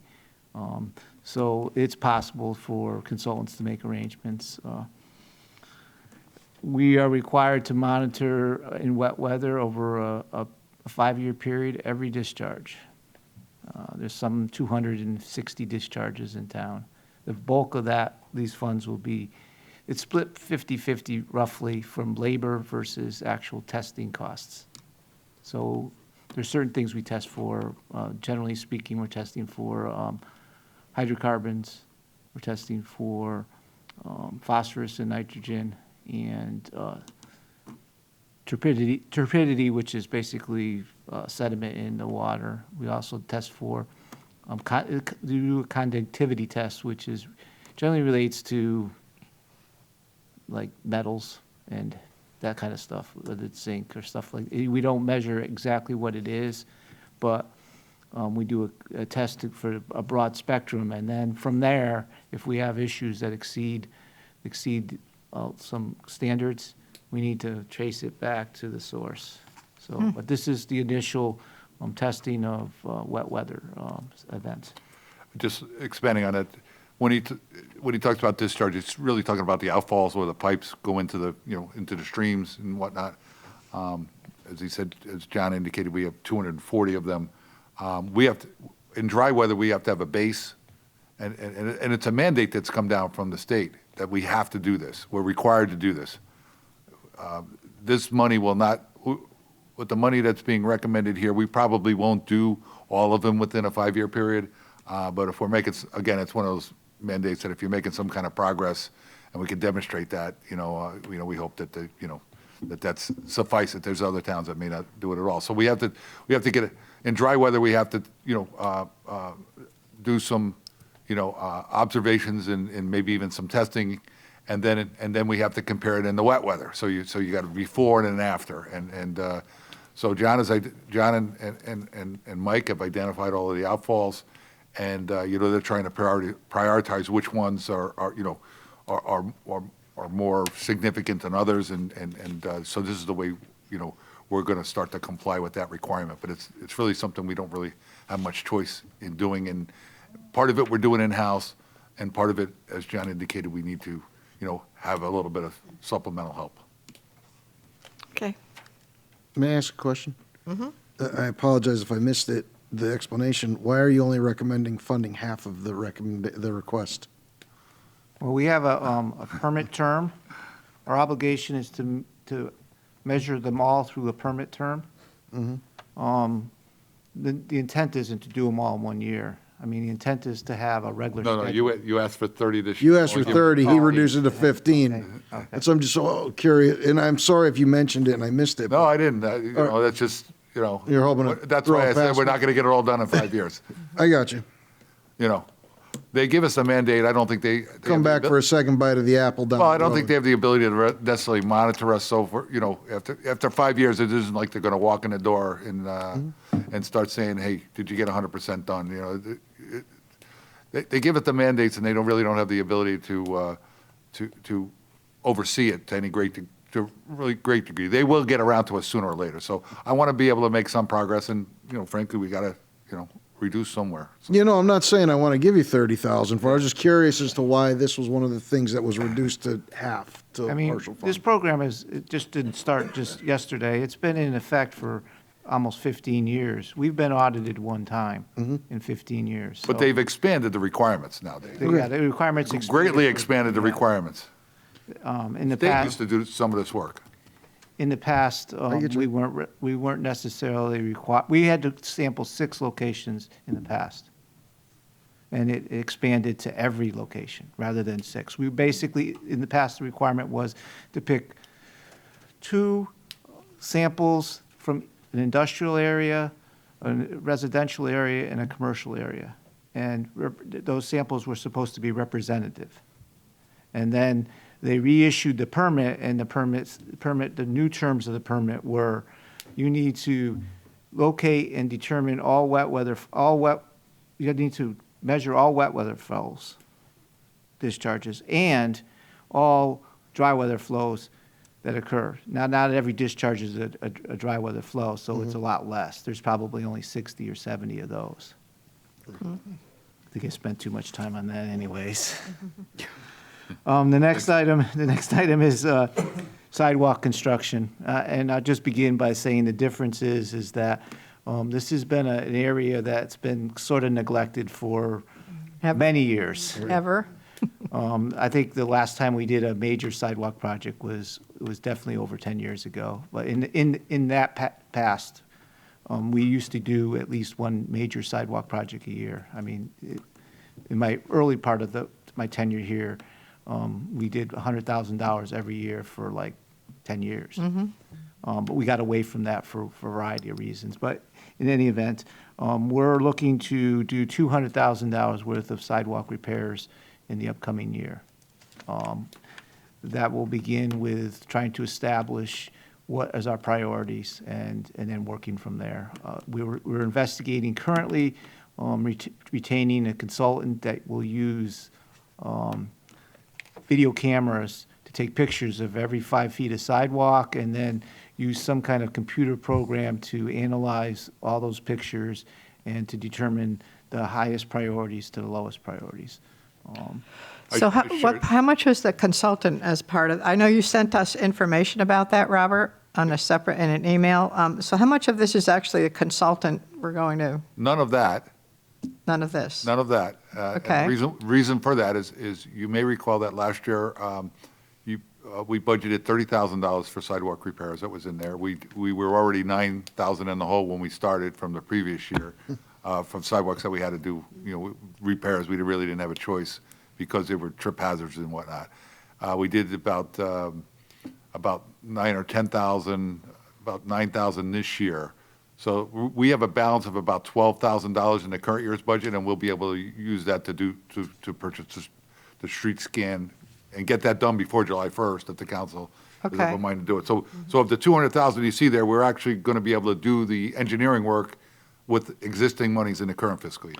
Okay, so this 200 is to actually do the repair? Yes. Is that correct? Yes. Okay. And I know that the council was concerned, and, I've had conversations with individual council members about, okay, if we're going to do the sidewalks, what order are we going to do them in? How do we prioritize them? This company will do that, will at least give us the base information, and so we have something that's more objective than subjective. Okay. That clears a lot up. Thank you so much. Sure. Good. The next item is crack sealing. This goes hand in hand with the road bond program. Once you repave a street, it doesn't stay perfect forever. So we're trying to get ahead of the curve and crack seal roads about 8 to 10, 12 years out from when they were last paved. There was some pictures. I don't know if they're included. But anyways. No, you- we didn't make it in the pile. Okay, well, I did give them, I did hand them in. Are you so- going to throw Lisa Oh, under the bus? pictures here for I'm you. not throwing anybody on the bus All right, because I don't know all who right. made the mistake. I'm But in any telling her event, tomorrow. you all know what a crack in a road looks like. I mean, you've seen what, Third hour, we're getting punchy. Dominic. you all know what a crack in the road is, and you've all seen the black goo that we've put in some of the better roads that, matter of fact, on your way out to your cars, you can see that we crack sealed the town parking lot. So that's what the aim of this particular request is to continue a crack sealing program. And I would say that if we're consistent with crack sealing, we ought to be able to extend the life of the pavements to some degree. It's difficult to estimate, but you should be at least able to extend it, 5 to 10 years beyond what if you didn't do anything at all. Part of the maintenance program. I would say that we ultimately the goal would be to try to crack seal every road twice before it gets repaved. So, and then the last item that I'm seeking funding for is some guardrail repair. We had an instance where we had a guardrail fail on an accident that caused a fatality. The guardrail may or may not have been in good shape, but we do have plenty of guardrail out there has seen better days. They either been hit or mostly hit. I don't know by what, whether it's somebody hit it with a car or whether somebody hit it pushed some snow against it and pushed it a little bit. I don't know, but I'm not throwing anybody. It's Dominic's fault. Dominic's fault. Don't worry, Joe, he'll get to you next, so. So the aim is to chip away and to replace and to upgrade to current standards in regards to guardrail installation. Many pieces of guardrail that were installed historically weren't constructed with anchors, so they kind of fold when they're hit hard. This particular area we're going to focus on, if it's approved, is along Ledge Road. And this may even include the installation of some new guardrail in some spots that, we reevaluated after there was a serious crash up there as to whether, maybe we should beef up some of the ones that are there and perhaps create a little bit more just because of the closeness of the road to the cliff area. Okay. Is that all for you, John? That's all my projects. Okay. Does anybody have any questions for the projects that John spoke about? Okay, we're all good. Thank you. Thank you. Thank you, John. We have two more. One is Human Services, and then we have one that's sewer, which is off the general budget, but it's in the sewer budget, but we would like to review that with you as well. So the Human Services one is the Senior Center Department, dial-a-ride vehicle match. We have historically put $5,000 away each year so that when we apply for the grant, the monies are there. To begin with, we're actually buying the van we're buying a van this year, but this money would actually be in the savings account for the next one. So, we historically have put in $5,000 a year for the van, and having those monies in advance appropriated has given us a little bit of advantage, that the money's in place waiting. Sometimes the grant people, when you apply for a van, they want to make sure that the money's in, you get some bonus points if the money's in, your share is in place ahead of time, or as opposed to, we'll give it to you and we'll trust that you're going to get your share during the budget season, which I guess in some towns it doesn't always happen that way. So, next is the water pollution control, and I'd like to ask Joe Aloso to step forward. Joe has been able to observe how everybody else went through their budget and how they did it, so I'm sure that he will, Hello again. Hi, Joe. Welcome. Thanks. And I didn't get thrown under the bus, so Yeah. I guess that's a good thing. I made it John's this far. still here, so. Still time. I don't have any pictures for you. No. Not that you would want to see them, but I don't have any. Okay. So I had 5 requests this year, 4 of which have been recommended that I'll go through, and if possible, I'd like to at least comment on the 5th one. The first item is for I&I manhole rehabilitation. As you know, when you're driving down the street, you drive over a manhole and your car goes ba-bum, ba-bum. Over the years, we try to get about 15 of those done every year. It's roughly $900 to $1,000 each. It's been successful. The other issue that we have on manholes is that back in the 50s, when the system was installed, the idea was to install manholes that had holes in them. You may have run across those in the town, and that was to sort of ease the burden on the stormwater collection system. Well, legally, I can't take in stormwater. The treatment plant's not designed to do that. So over the years, we have been also replacing those ones out. And that's helped. We still have a lot of I&I, but certainly this is a low-lying fruit that we can get some things done that we can see a little bit of an advantage on. The second one I have is for the plant and collection system improvements and repairs. This has been an ongoing request that I've had every year. The equipment that we have at the treatment plant, most of it dates back to the 70s, some of it dates back to the 50s, and the collection system obviously dates back to the 50s. What this money is used for is unforeseen emergencies. If you had noticed in my budget last night, my total equipment repair and maintenance line item is $38,000. I have motors that cost more than $38,000. So I work very closely with Rob with this fund to be able to maintain the operation of the plant when major pieces of equipment go down. That's our responsibility. So we have funded it each year, and it has been used. The next, before you go into the next one, these monies are also used to make pipe repairs that we're responsible for. So if there's we're responsible for, from the, if we have a mainline issue that needs to be repaired for whatever reason, we would hire a subcontractor to come in and do that work. If we have a lateral that comes off and goes to the property line, it gets compromised for some reason. We've had some conversations about responsibilities. We would hire a contractor and have them, do that work as well. So it does, help us with, these monies are used also to pay for those types of repairs, which with an aging system, happens, fairly regularly as well. Okay. Thank you. And so the next item was a scissor lift, an electric scissor lift. With the new upgrade, there is a ton of equipment, air handling units, valves and solenoids that are up 20 to 30 feet, 20 to 25 feet in the air.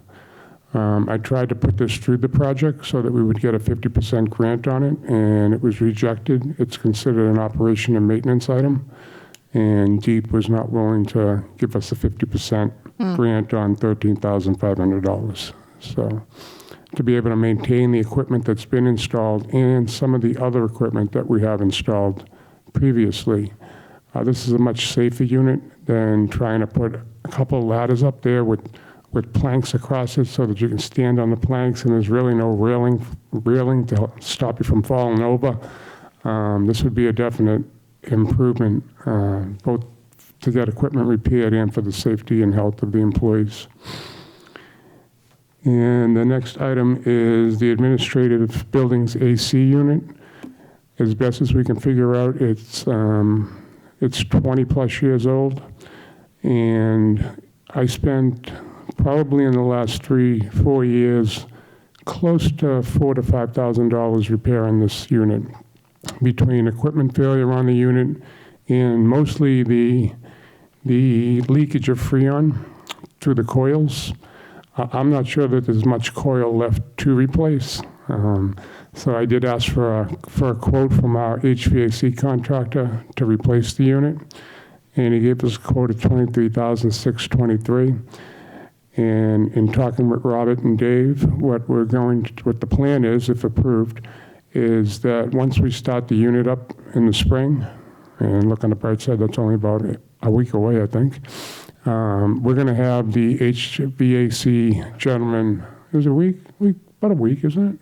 It actually started last week. Officially, it starts on the 21st, but spring was unofficially started last week.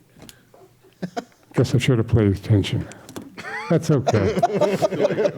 You know, He's in the kidding. I'm always a little behind. Okay, I missed it too.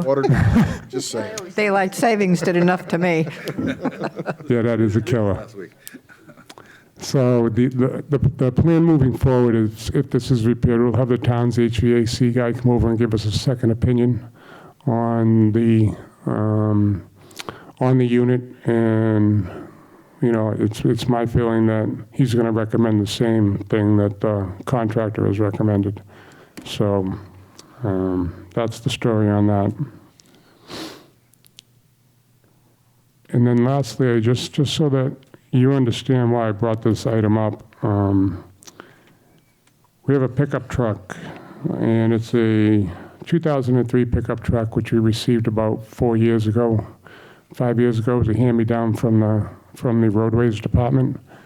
It currently has 108,000 miles, and I have a quote for $7,000 in body work and framework for repairing it. I put it through the state bid, much like I did the crane truck 2 or 3 years ago, and got the state bid price to replace the vehicle. And 2 or 3 years ago, I thought that price was high, so I shopped around privately outside of the state bid, and we ended up getting that crane for close to $4,000 less than the state bid. So that I thought that was advantageous. So this time around, I put this truck through the state bid. The state bid price for this vehicle was $45,000, and I thought, you know, I made out pretty good on the crane truck. Let me go back to that dealer and see what the exact identical truck would cost from him. And his cost came in at $35,000. And I think that sometimes the state bid is at a disadvantage because they bid it last year. They don't necessarily know what the economy is going to be 8 months out, 9 months out. I think that, you know, I can't tell you next year that I'm going to get the same pickup truck for $10,000 less. I can tell you that this year there's a $10,000 savings on the table, and I'm sure that there's ways that could be looked at to fund it. Seeing that it is a $10,000 savings, so that I can't guarantee next year. So I just wanted the council to be aware of that. Okay, thank you so much. Okay, thank you. You have any questions for Joe and his capital? Robert, this is all funded through the water pollution control plant, which is, of course, separate from our general fund That's correct. funding. Okay. Correct. All right. Any questions for Joe? Okay. All right. Thank you very much. Thank you. Okay, Robert, so does that conclude our capital review, or is there more that you want to, that you have for us? 2 other slides I'd like to review.